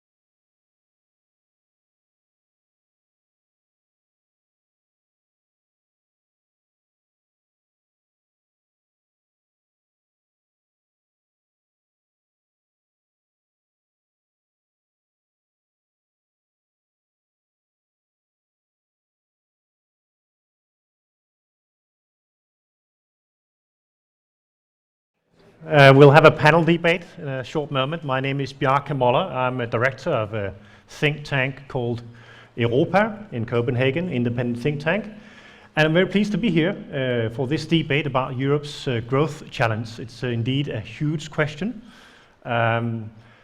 Sometimes you think about growth, you think about we actually are living in a time of very prosperous times, and we actually are very comfortable with our lives, but growth is really indeed a huge challenge for Europe. And there is a big prize coming up for McKinsey, how to solve that. You can participate in that, we just announced formally. But maybe we'll have some economists helping us out. And I think I would just like to present the panel now. Simeon, will you please be here once more? And then I'll have Philip Schröder, professor of the business school, just up here. And we'll have Bo Sandemann Rasmussen, professor as well at the business school. And we'll have Clemens Jarta, and director at McKinsey and partner at McKinsey & Company. While we're having the debates, we'll have some prizes there, and you can engage. You'll have the possibility on Slido to forward your questions. There are 2 books online, 2 books by Simeon Djankov. And I think they are very interesting, and at least the Great Rebirth, it could be very interesting for you now, and Inside the Euro Crisis. I think it's a good opportunity to have this conversation, and I'll start out with the first one, is that according to all the indicators, Denmark is really performing very well. Why do we have a growth crisis in Denmark? Bo Sandemann, you are, as a former member of the Tax Commission, you've been very engaged in the macroeconomic debates in Denmark. Could you please help us out here? I guess there's kind of a short-term growth problem and a longer-term growth problem. And the short-term growth problem, I think, is coming out of the financial crisis, hit very hard on Denmark, and really has led both to kind of consumers and firms being very reluctant to spend any money. If you compare kind of the resources they have, they could increase private consumption and investment easily, but for some reason they don't want to, and that certainly has been leading to low growth for the past 6-7 years now. And then there's the longer term issue, which is, I guess, is even more important. How will growth in the next 10, 20, 30 years evolve in Denmark? And there, of course, we can start looking at the numbers. What are the kind of the growth potential in Denmark? And certainly we have already made some reforms, but if we want to have growth at least, let's say, 2% a year, we probably need to have more reforms that can either increase the labor force or can make people more productive, so that the capacity for growth will increase. And going into the productivity is really one of the core questions for Europe as well, because we have a stagnation of productivity in Europe, and it's quite deeply interlinked with the economic growth crisis. You were on the Productivity Commission, Philip Schröder. Looking outside of the borders of Denmark, what is really the core of the productivity problem for Europe?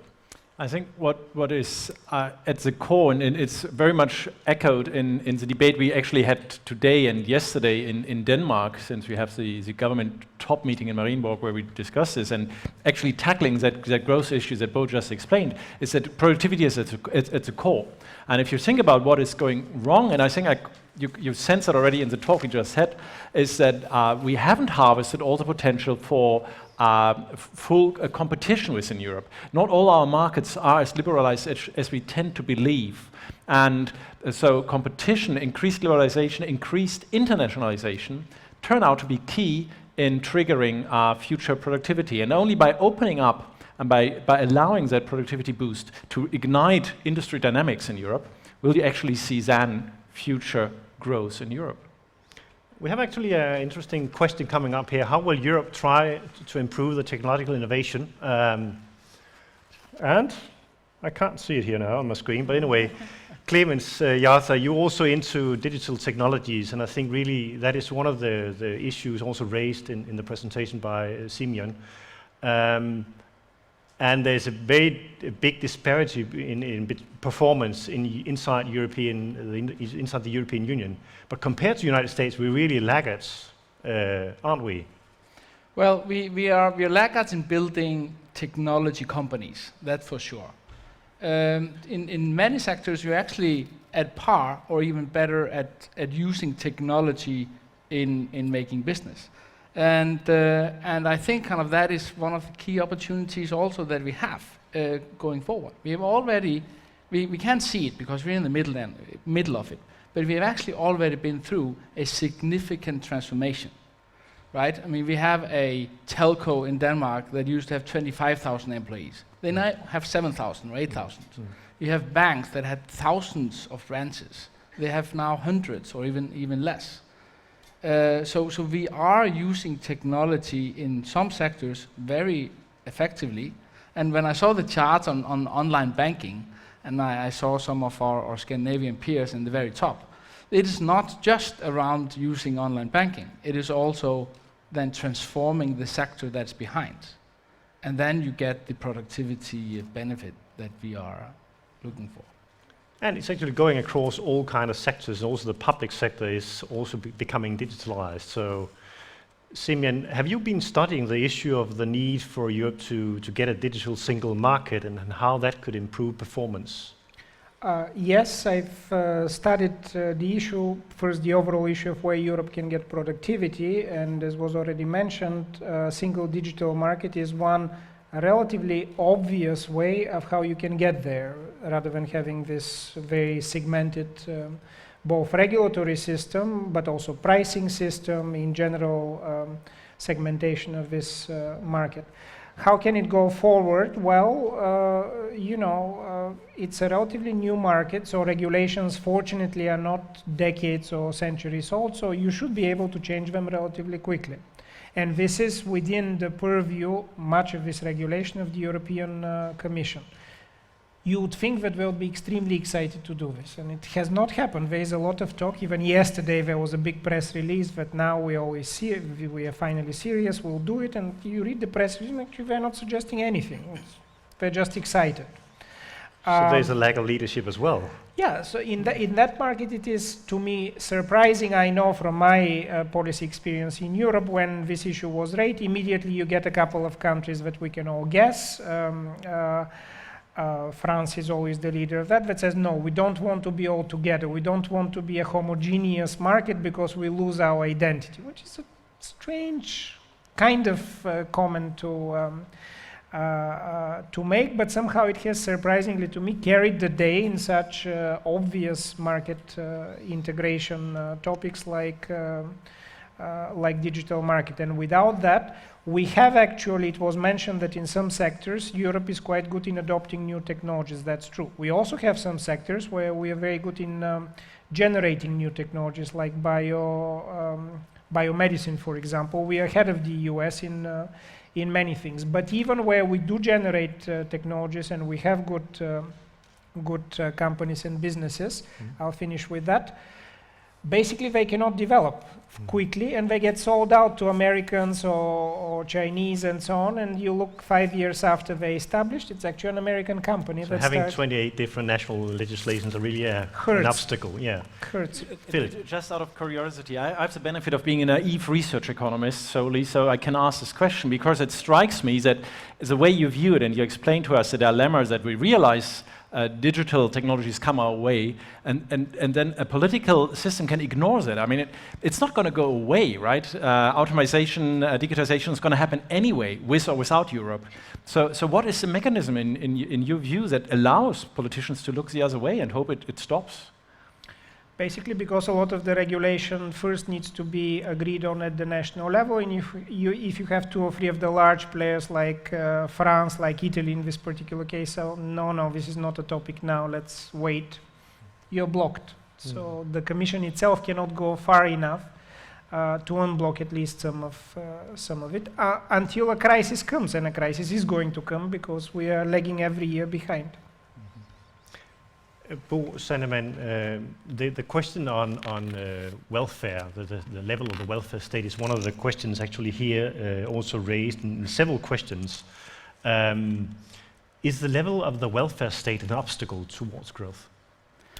Well, my opinion last year is that, well, the size of the welfare state is basically a kind of political question, and if you want to have a large welfare state, that may mean you end up having, of course, a smaller private sector, and that may be more productive than the public sector, so overall growth may be lower on that. So that's kind of a trade-off, and of course, it's the politicians who will then decide if their trade-off seems reasonable. And of course, market forces affects that trade-off. So the trade-off today is much different from what it was many years ago, because of the globalization, technology change, and so on.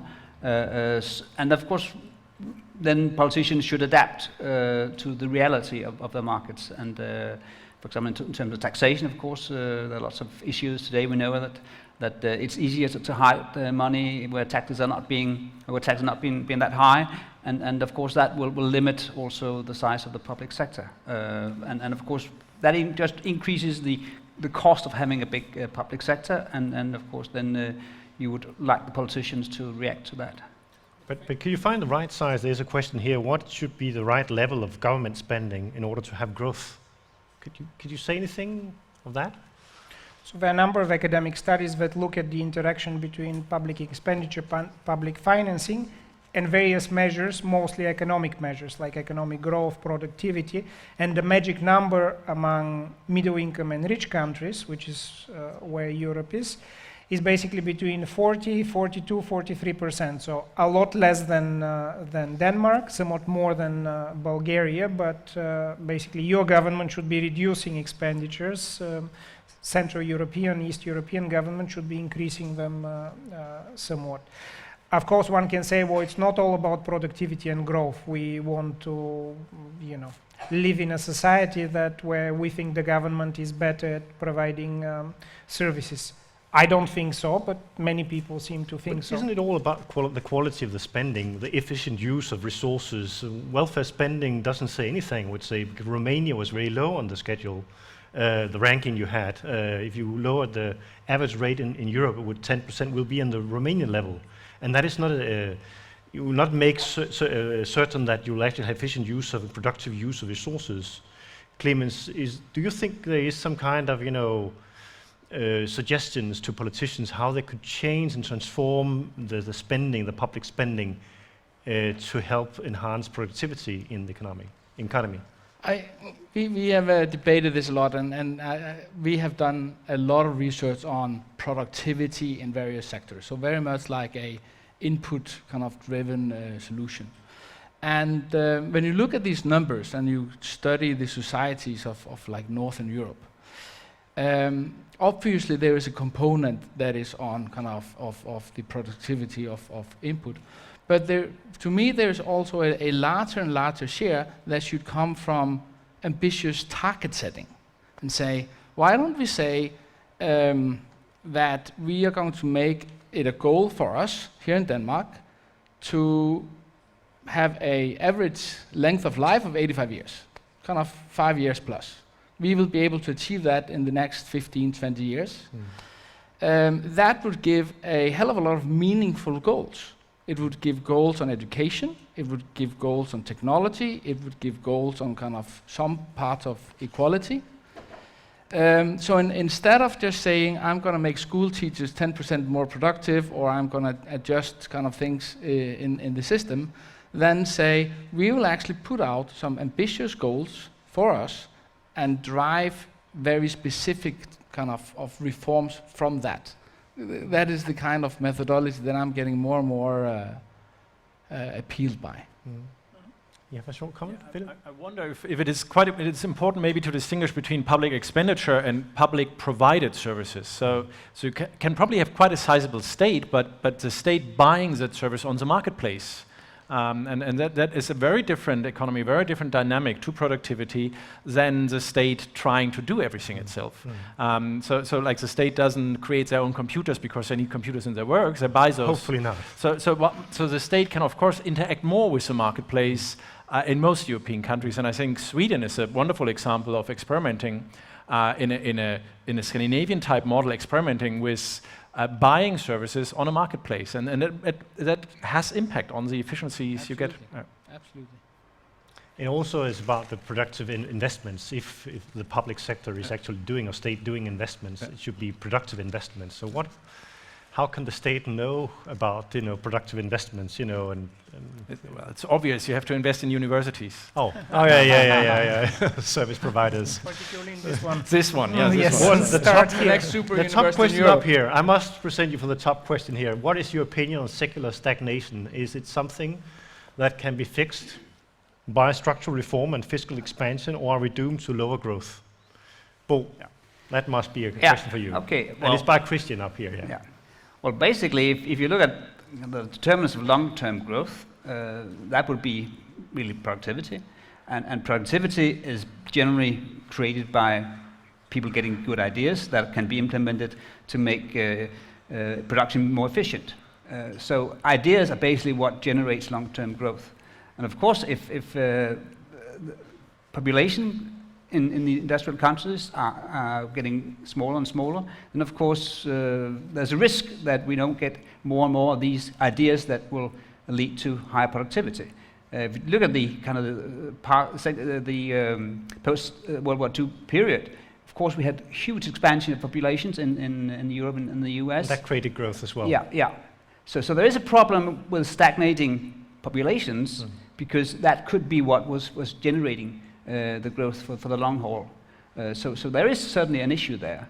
Of course, you could argue that you could have a larger share of the population going into to research and development, and then in the very long run, of course, there is an upper limit. But still, for a very long time, we could probably still do that. But what are the most effective structural reforms that actually should be done right now in Europe? Just give me some examples, Simeon.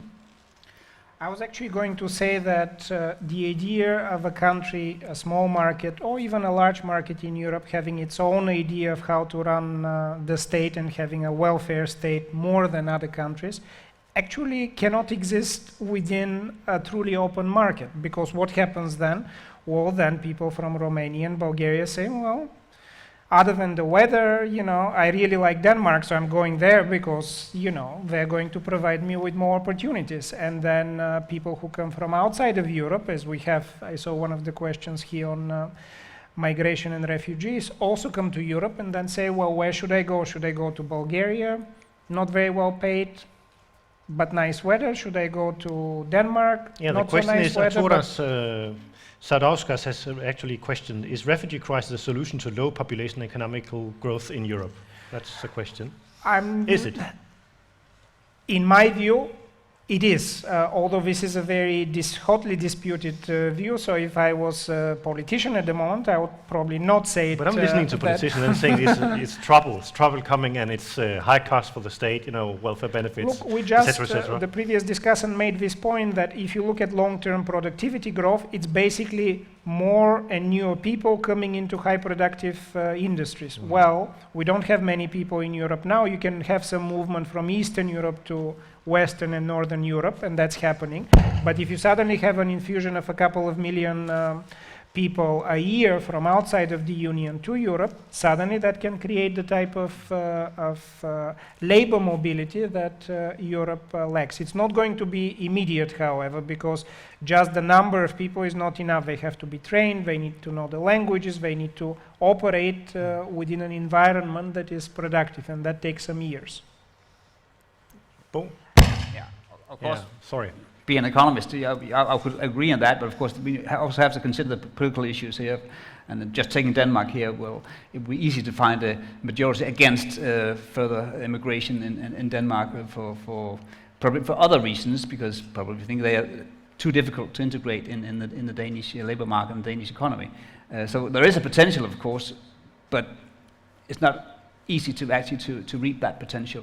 And I'm quite sure that in many European countries today there's a kind of an animosity against the immigration flows that we're seeing at the moment. So it is a tricky question, and there is a potential, but I'm not that optimistic. Without labour market reforms, you can't really. It's difficult to integrate. We have a closed society in some way, cultural terms as well. You recognize in the Danish debate, if you talk about labour market reforms, you would even see some politicians backing off. Well, now we're hurting our the ethnic Danes to integrate these refugees. And well, certainly someone would be against it. So there are political issues there that are important. Philip. I think to add to that, basically to full circle to your question, sort of what are the most effective structural reforms, I think what economists often ignore is the timing of when these reforms actually work, or when their impact comes. So if you take, for example, Simeon's proposal about the digital market integration, that impact will be extremely swift.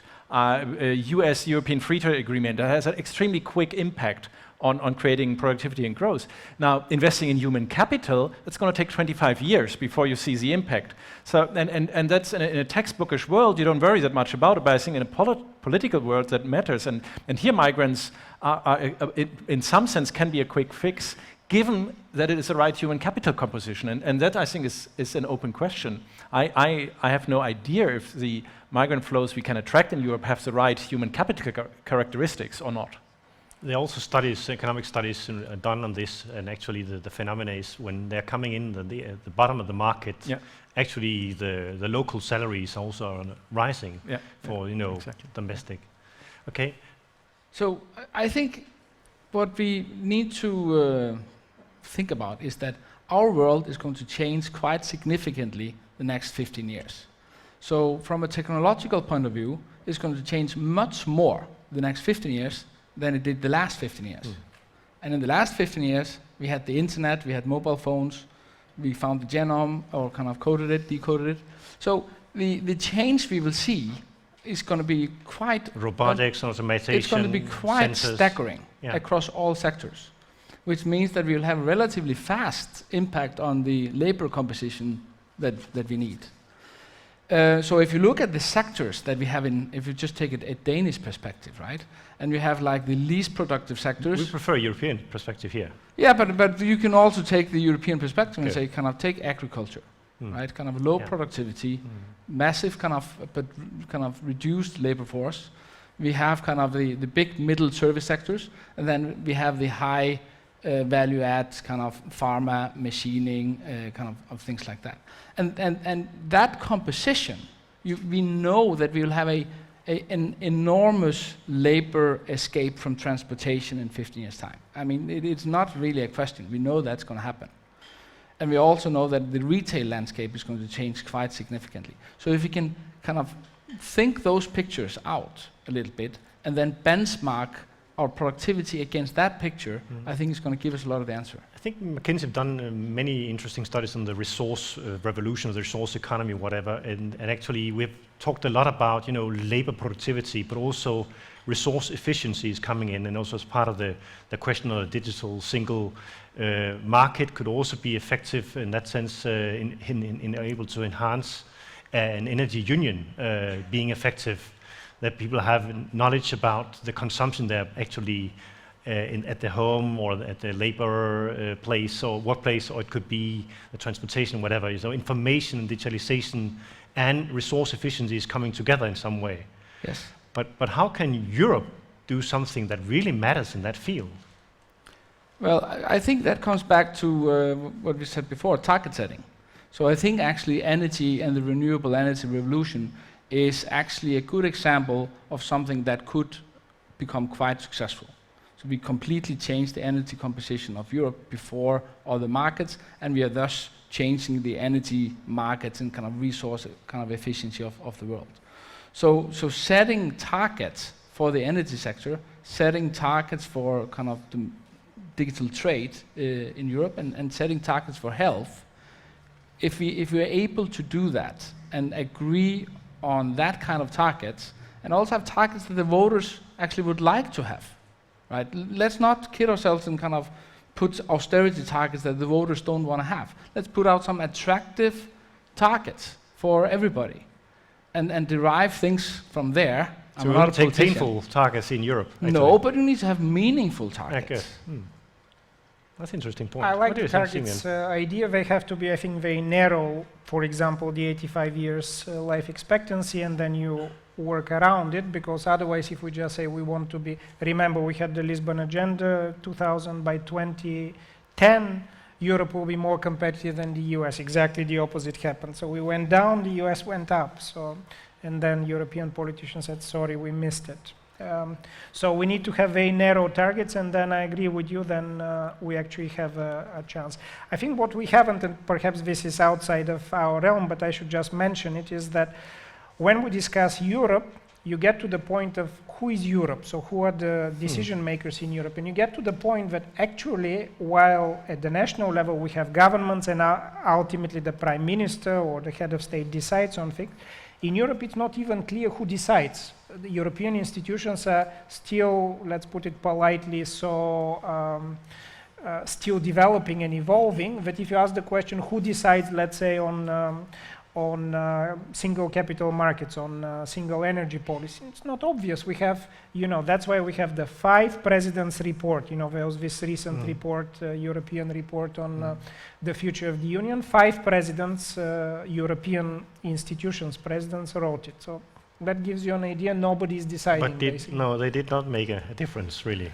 No, Finally. 5 people sort of met, signed something, I'm sure somebody else wrote it, and then there is no decision maker. During the Eurozone crisis, you remember this famous phrase by Tim Geithner, the finance minister of US, who asked, when I had to ask a question or decide something on Greece, I don't know who to call. You have a quote in your new book coming out, Europe is afraid of strategic thinking. Too many tactical and incremental proposals are coming out, also from think tanks as well.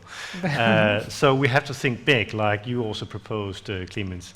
What can we actually do in order to get out of this leadership crisis? I think a wonderful example of recent years is how Germany changed its entire energy policy. And what it took was not meetings, it was not a discourse, it was not a think tank, it was an earthquake in Japan. And suddenly, that entire nation could do a 140 degrees turnaround. So wonderful crisis then, okay. So, and I think in a sense, you said in your talk, basically the bad decision making that might be going on is what it needs a deeper crisis. And it's a shame that one sort of open-eyed, wide-eyed is heading into a worse spot before it becomes better. But it appears to me that we have crises all the time, so why don't we react very slowly towards finding new solutions? Well, you saw it in the charts, we have so much leisure, we have a good time in Europe anyway, and we don't work, so why worry? Southern Europe probably needs a women crisis. Oh, yeah. If you look at the labor participation, Yeah. I mean, you start late, and you go kind of early on pension, and half of the labor force has a much, much lower participation.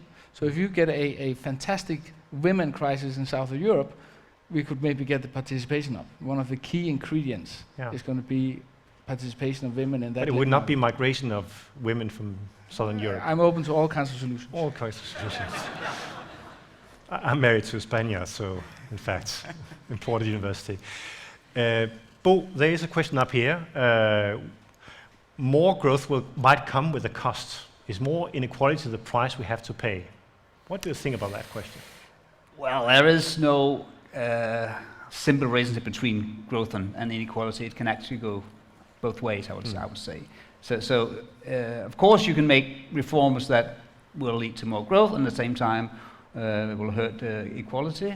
But you can also do the opposite. So it really depends on the type of reforms you're making.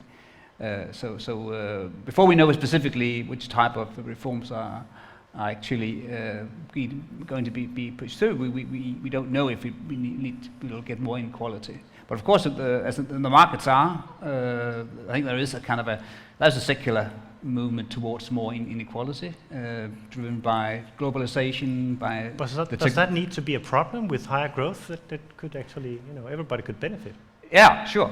So it's more that some view that there is a problem of inequality, and that sometimes it can lead to kind of social unrest and so on. But I guess there's no really strong evidence on that. But to some extent, you can see as long as you get everyone kind of benefit from it, there's probably no problem. But we also seen that, like in the US, where the bottom of the income distribution has more or less had no increases in their real wage since the early 90s or so. Well, of course, the top incomes have kind of been running away.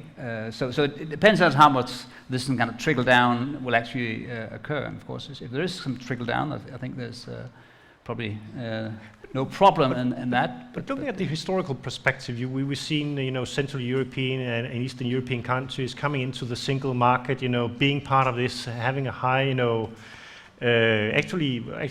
we saw a high growth scenario in those countries being included in the market. So actually, looking at the historical perspective, we've seen less inequality in Europe, but maybe there are more inequality inside nation states. The different perspectives, I think it's important. So since I spent about half of my time in the US and follow this inequality debate not only as an economist but also as participator in the public debate there, it's interesting and in also how it's very different from Europe. So inequality in the United States, just statistically, in the United States and the United Kingdom is in fact increasing over the last 15 years. That's not the case in continental Europe, so just statistically. There is an increase in inequality, but it's very focused on the US, on the UK, Australia. Actually, Anglo-Saxon countries, interestingly, have this trend. In the US lately, this has become the main topic, both presidentially and otherwise. And what one finds, which has relevance for Europe as well, is that it used to be that if you get better education, you essentially are not in danger of falling into sort of an inequality trap. You're going up. No longer. In the last 10 years, even well-educated people in the US with university education tend to actually, in particular regions of the country, tend to become relatively poor. And this is a question, why don't they move? Because the US is one market. They should just move to better areas. They do not. Going to Europe, this is why I don't like at all this idea of let's now segment again Europe either because of refugees or because of others. This is what's going to happen in Europe. The little mobility that we have now, if we segment again in some ways, we're going to have pockets of poverty, even in countries like Denmark, even in countries like Germany. We see this happening in the US. There's an interesting question here, is also connection to this conversation here about inequality, but also about how to benchmark oneself and what kind of perspective do we need to have. And it's Jens questioning why benchmark us with US. The middle class in US has not experienced a better purchasing power the last decades. Do we want the Trump effect, blah, blah, blah. But what do we measure? And I think it's a crucial thing. What about the middle classes? This enchanted middle classes in Europe, are frustrated, and we also see some amount of frustration in the United States. What can we do about that challenge? Clemens. That's a big question. I was looking at this TV program earlier this week, showing two neighborhoods in Aalborg with the difference of life expectancy of 16 years. Kind of within the same city. So kind of there's like this pocket of inequality and poverty in our societies that is quite staggering. I think kind of we will have to agree as a society where we want to go. Kind of, is that the road that we want to go down? And kind of in 10 years, that difference is going to be 25 years? Because that will have other consequences for society. So I actually don't have any kind of really good solutions for that. But the big question is actually, we had this idea of progress that actually our kids would come out better than ourselves, and there is some certain amount of crisis here because of many people feel that their kids are not coming out better than and their lives getting more complicated, etc., etc. But they probably feel that way because it might be that way. And I think it is, absolutely. I think kind of this is a matter of transparency, education, and granular measures to try to stem against this. But just to add to that, it's not that they thought that it's not only that they thought their kids would be better off than there, they also knew the way that their kids would be better off than there, which was through education. And now what's happening is, not to alarm the students among you, that even with better education, you're actually not guaranteed to be better than your parents. And that's very, very by now prevalent in the US. And it seems in statistics to be actually starting to seep in Europe as well. So education doesn't buy you anymore the ticket to prosperous life. Yeah. I wouldn't believe I would say this, but there are serious economists that start to wonder if we are measuring progress correctly, right? All of you know and this also debate measuring about growth correctly is one of the questions up here. And quality, how should we adjust for quality? The sort of health service I can get today is much better than 10, 20 years ago. Even so, income-wise, I might still be stuck in the lowest end. I think the big issue between 10 years ago, what we have argued in the US, what is the difference in the US is that those that are high productive individuals can afford to buy the services from the low productive individuals. Well, in Europe, we have installed our societies so that we cannot afford to buy the services of the lower productivity individuals and force them so to be out of employment or whatever it is. And I think that's where there's a structural difference that could be tackled in Europe eventually. Bo, do you want to have a comment on this? No. I think I'll open up for some questions from the floor, actually, because there's one conversation going on here and someone is calling the phone. So please, raise your hands. We have some mics going around here, I think. Yeah? Please. Somebody want to raise a question? Or we'll just continue. Oh, there's a question down there. Okay, good. Down there. Run. Raise your hands. Good. And please tell us, what's your name? You have yet to discuss climate policy within the European Union, which is a topic which most of the European countries agree upon. Is this a potential area where, when we all agree, we can all work towards a larger goal, as the man from McKinsey argued? I forgot your name, sorry. Clemens. Oh, Clemens, yes. But should we discuss climate policy as the target, sort of this bottom line? I mean, suddenly the Danish government is cutting subsidies towards what's it called, energy policy and the havvindmølleparker, sorry. Is this something where we should say climate policy, we all agree, let's work towards this goal, and then we say mold the economy to fit this goal, that we need to reach a certain target or threshold? Okay, please. I think that is my opinion. I think that's a great idea. I think that is a goal where we have a majority of society that actually is worried about. We have scientists, a large majority of scientists that actually support the theory of human-caused of global warming. We have technology that can help us get these goals. We have a geography that means that we are a little bit low on oil. So there are many aspects here that says this would be a really good, meaningful goal for Europe that would help us to actually create economic and labor transformation. So I completely agree with that. But yeah, please. If I may add, it gets again to the point of how decision making is made at the European Union level. So we gave the example of nuclear power in Germany, a great example, but one government, so Angela Merkel basically decides, does it. It seems to now gain more popularity among Germans.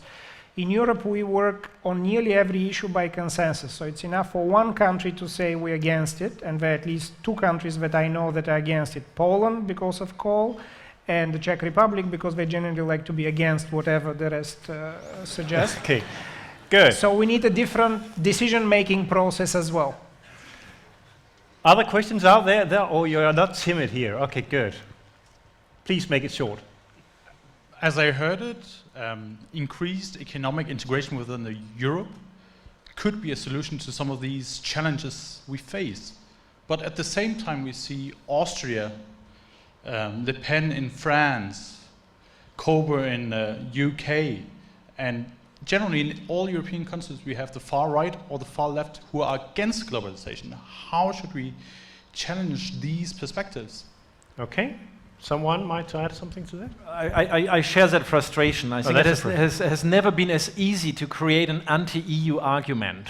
And it's surprising, and in particular in countries that have been the big winners of European integration. In a country like Denmark, I think it's the 22nd richest country in the world this day today. without any significant natural resources, no huge industrial base. There's nothing special about the country.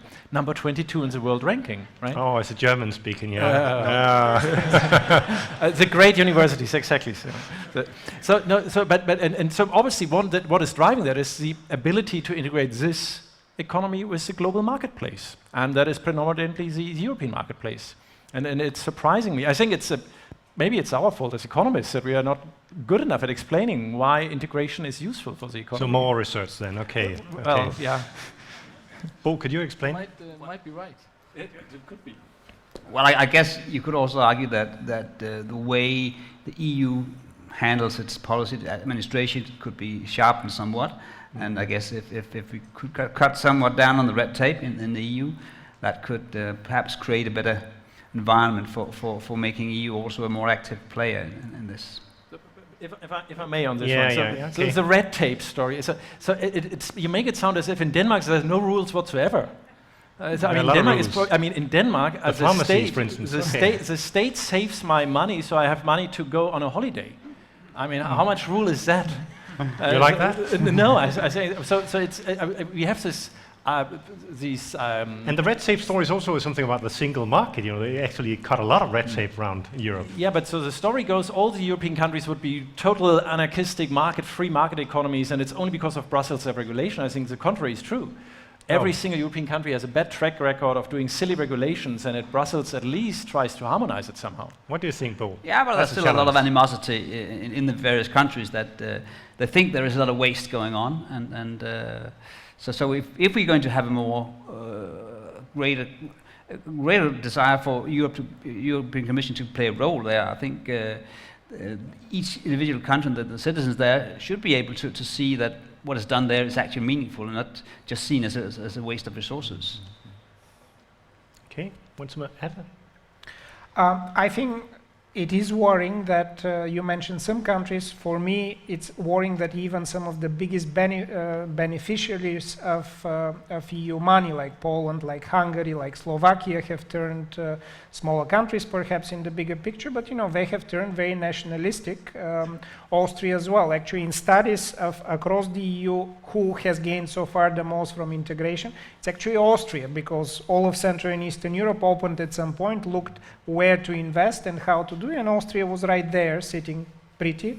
So it benefited a lot, and to see Austria now turning against the European Union is quite striking, but not that populism, because it's populism, it's not just nationalism, it's pure populism, comes because of two reasons: this rise of inequality, or in general feeling that something is not quite working in Europe, together with a fairly stale political system in a number of our countries. So Austria has been But around. finally they got a green, unknown president. No, that's what I'm saying. So, but there were two parties there, highly corrupt by world standards, not just by Austrian standards, and somebody actually managed to win over them. We should be happy about that, because corruption in politics in Europe is, maybe not in Denmark, in the rest of Europe, is actually quite high, and some change is useful. Have a last question here from the floor, okay? Somebody? Yeah, please. Just speak up. Okay, so I'm still wondering. You have to shout loud, because so. We'll repeat it. I just asked Simeon. So I was wondering about this. I think we'll just wait to the microphone. Nobody can hear you back. Yeah. Please. No, I just wondered how I could get a job at one of these top universities. So I know it's going to be difficult, but so you have this statistics with the US being predominantly in the picture, and then the question is, what can Europe do? Do you have a suggestion for what Europe could do to make its own ranking, I suppose? Yeah. Perhaps an even more productive solution. So I've worked as was said, I've worked for a bit at Harvard. I now work at LSE, so I've seen some of these universities. What is the difference between them and most of continental Europe, I would say? There is a huge, relative to most continental European universities, there is a huge focus on research, very well paid. So it's not, universities are thought mostly to be research places, and then you teach, and then the students learn not just in class, but they learn basically by being part of this research environment. Most of continental Europe is you teach, and then if you on the side do some research, that's great, but it's not really the main thing. So focus a lot on research and internationalization. This is always a big part of just bringing new ideas, and Europe generally is lagging very significantly behind that.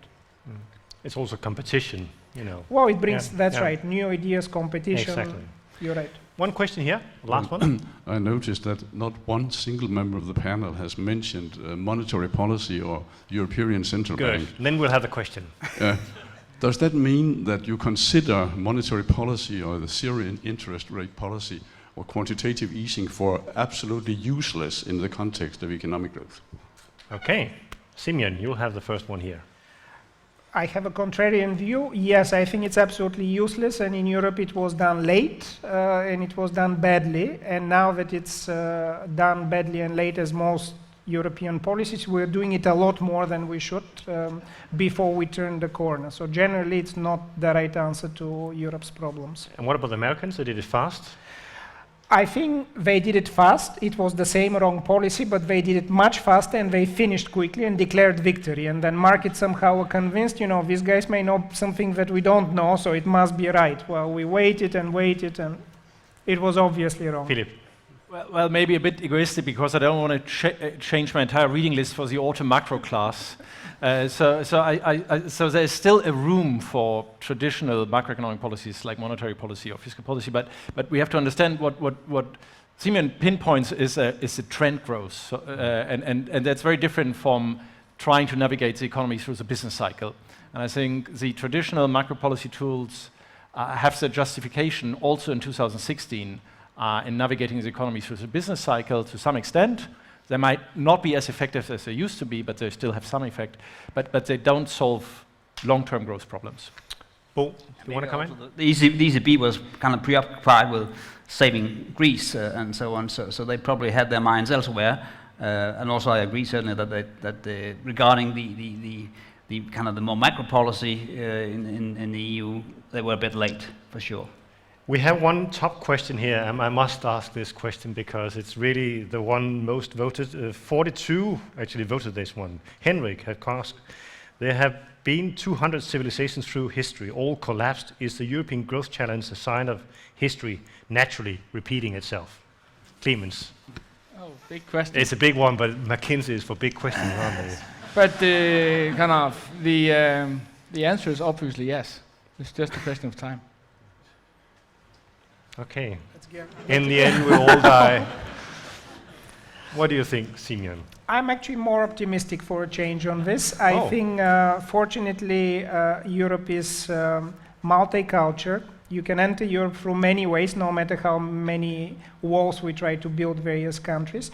And it's still very attractive for basically the rest of the world. So we will be renewing ourselves, so to speak, simply because there are many other people in the world who still want to come to us. And as long as we have more people and we provide some reasonable policies to let them in and integrate them, I think that we will not only grow, but basically experience good lives. Philip, you formerly worked with McKinsey. I can't really, sorry, but now you're an independent researcher. Do you subscribe to the doom and gloom argument of Clemens? Well, sorry, Clemens. Yes, I actually agree with both, because I note that out of these 200-something civilizations, a lot of them were European. Yes. So this, we might be facing a collapse, but I'm sure that if we just wait long enough, Europe will be on top again. Bo? I'm pretty sure it won't happen when any of us here will be alive, but of course there's always a risk for that. And if you look at the way the world has developed, it's only the past 200 years we have any growth in the world, and well, it may not last forever. But what about the Brexit? That's also a question, and that, as Haturas Sadauskas, once more, Eastern European name, it's wonderful. Will Brexit start a contagion in Europe? That could be detonating this trend towards the final end. Clemens. First of all, I think Brexit hopefully is not going to happen. Okay, good. I actually think so. But if some of the brokers kind of agree with me. No, but there is something around, if you think about the big dynasties of the world that have lasted kind of centuries, the current European construction of governance, leadership, and so on, is not a construction that's going to carry many, many centuries. That does not mean that we won't be able to improve it and change it and so on. That's obviously going to take time. But obviously, if Brexit is going to happen, I think kind of what we can hope for is that would be the crisis that we need to do some reform. So we get enlightenment so after I'm hopeful that if that would happen, we could actually use it for something good. Some kind of new European renaissance after the terrible Middle Ages. Renaissance, but at least kind of that is a proper cause for self-reflection. Philip? I think Brexit, if it happens or not, but the debate might have the one advantage that it helps Europe to focus on areas where it very quickly and visibly can show that it matters and that it actually benefits Europeans. And I think a lot of that are in economic areas, sort of the economic integration, digital integration. And so in a sense, the idea of disintegrating Europe might help it focus, because the history of Europe is it started, I think, with the coal and steel community, right? So it started with very simple economic ideas. Now it must be the digital union. Yeah, so basically simple ideas that everyone understands, this is good for us, let's do it. And that might be a benefit of having the Brexit debate. Well, basically I think that the UK never been kind of wholeheartedly member of the EU, so I'm not seeing that as that risk. You'd rather kick them out then? Yeah, I think they have been really trying to get as good a deal as possible for a very long time, and well, maybe it's not that difficult to get on without them.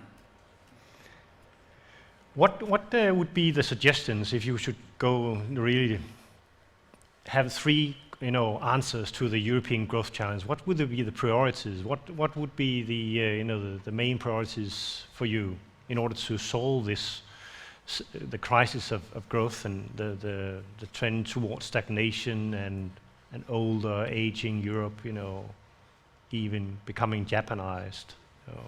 Simeon? I would say single digital market first. It's easy. You can do it literally in a couple of years. Single capital markets, we haven't discussed much, but a lot can be done to just finance new companies, new innovation.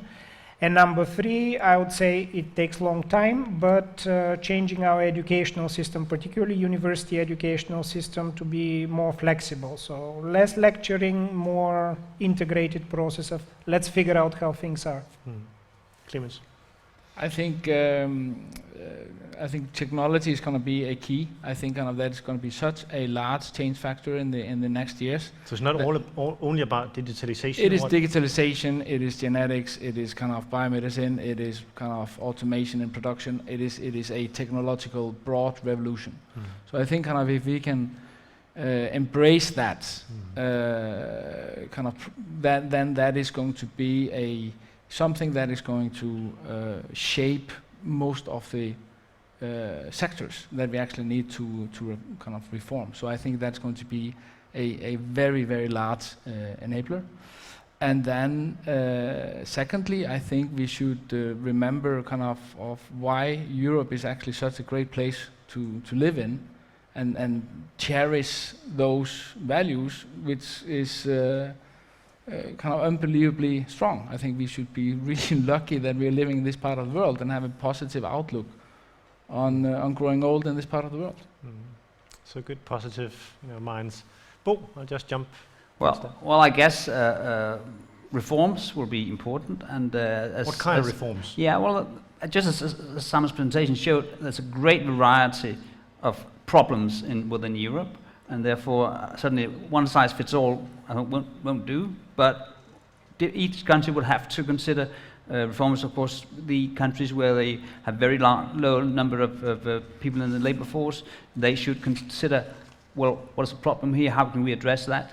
That may be cutting taxes, in other places may be done differently, but certainly reforms that are kind of tailored to the specific problems that are most pressing in the different countries, and that was kind of the most important. I think there are lots of obstacles to growth in Europe, and lots of rigidities that could be removed. So I'll certainly pinpoint that as what is the biggest rigidity? Pardon?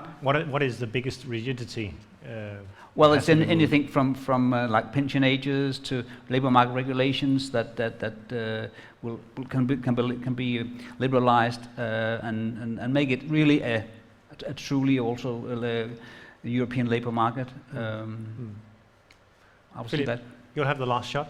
Well, I would think the most complicated is probably the human capital investment that Simeon also mentioned, and that is, I think that's where there is the most to harvest. But more shorter-term goals, I think, would be, I would take the point we had in our panel right now, is sort of the public sector development. So getting the public sector more efficient, higher productivity, that frees resources in the economy. And there's, I'm thinking healthcare, care of the elderly, and so there are actually a lot of efficiency to get there, and that will be very important for creating growth in Europe. And the last thing, the simplest thing of all worlds is TTIP. It basically comes for free. You have to struggle down some special interests, but it will boost our innovation ability, our productivity ability, and it will probably also trigger automatically the digital development in Europe. Okay, thank you very much to Bo Sandemann Rasmussen, Philip Schröder, Clemens Jatta, and Simeon Djankov for this wonderful conversation. And thanks to all of you for listening here. And I don't know, I want to give the word once more to Per. Please come up here.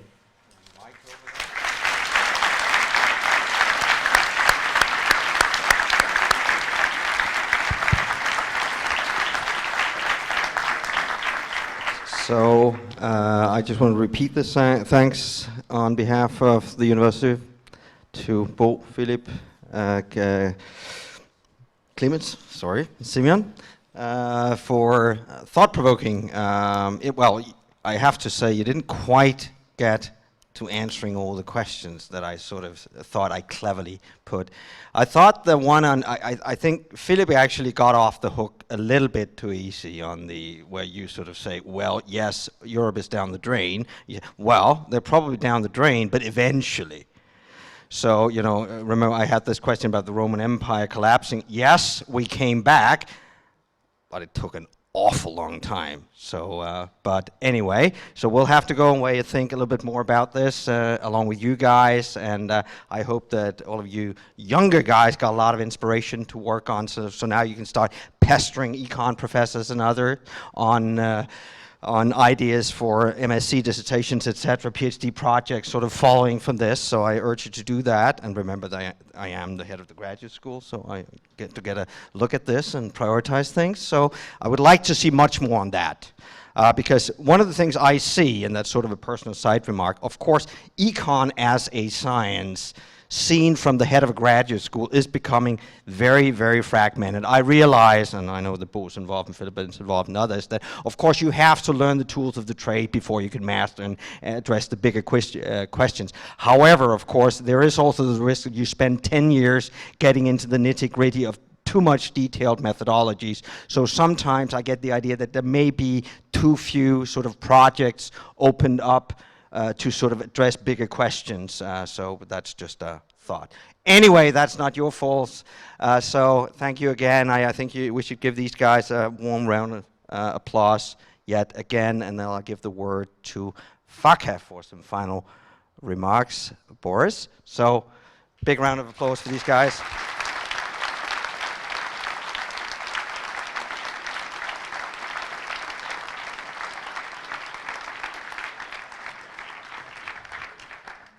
Can I have the mic? Thank you. So first of all, thank you everyone for joining us. It has been a really, really interesting experience.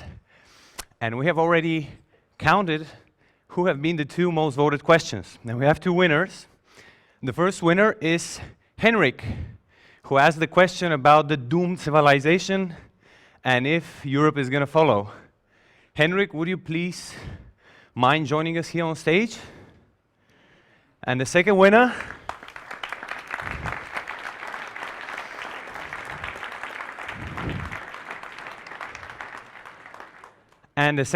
is Marcel for asking the question, whether growth may actually come at a cost. So this is the second most voted question. Round of applause to Marcel and to Henrik, congratulations. So we have these two books, so The Great Rebirth, Lessons from the Victory of Capitalism over Communism. Congratulations, Henrik, that's for you on behalf of Professor Simon Djankov and as well Faka, so you also have the opportunity to have it personally signed by him. Marcel, you have the honor to get one of the latest books of Mr. Simon Djankov, which is Inside the Euro Crisis Eyewitness Account. Congratulations. Let's give them one round of applause for asking the provocative questions.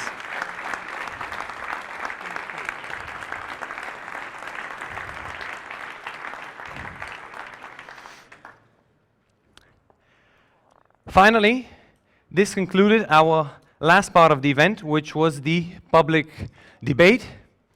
However, we also need to mention a few very, very important organizations without which this event would have never been what it was. First of all, I would like to thank our sponsors. This has been Aarhus BSS, the Department of Economics and Business Economics for the generous financial support, as well Aarhus BSS for the organizational support, Eine Hessel and Mercedes-Benz, who have been the official transportation partner of this event, ensuring that our panelists travel in the utmost comfort, as well the Tuborg Foundation, who has been so generous as well to sponsor a big part of the financial burden of this event. On behalf of FACA, once again, I would like to thank you for your active participation, for asking not only the obvious questions, but also the hard questions, as we saw. With these words, I'll wrap it off, and I would invite you please to join us for a mingling session, networking, and as well a little bit of food. Thank you very much for being an active part of Aarhus.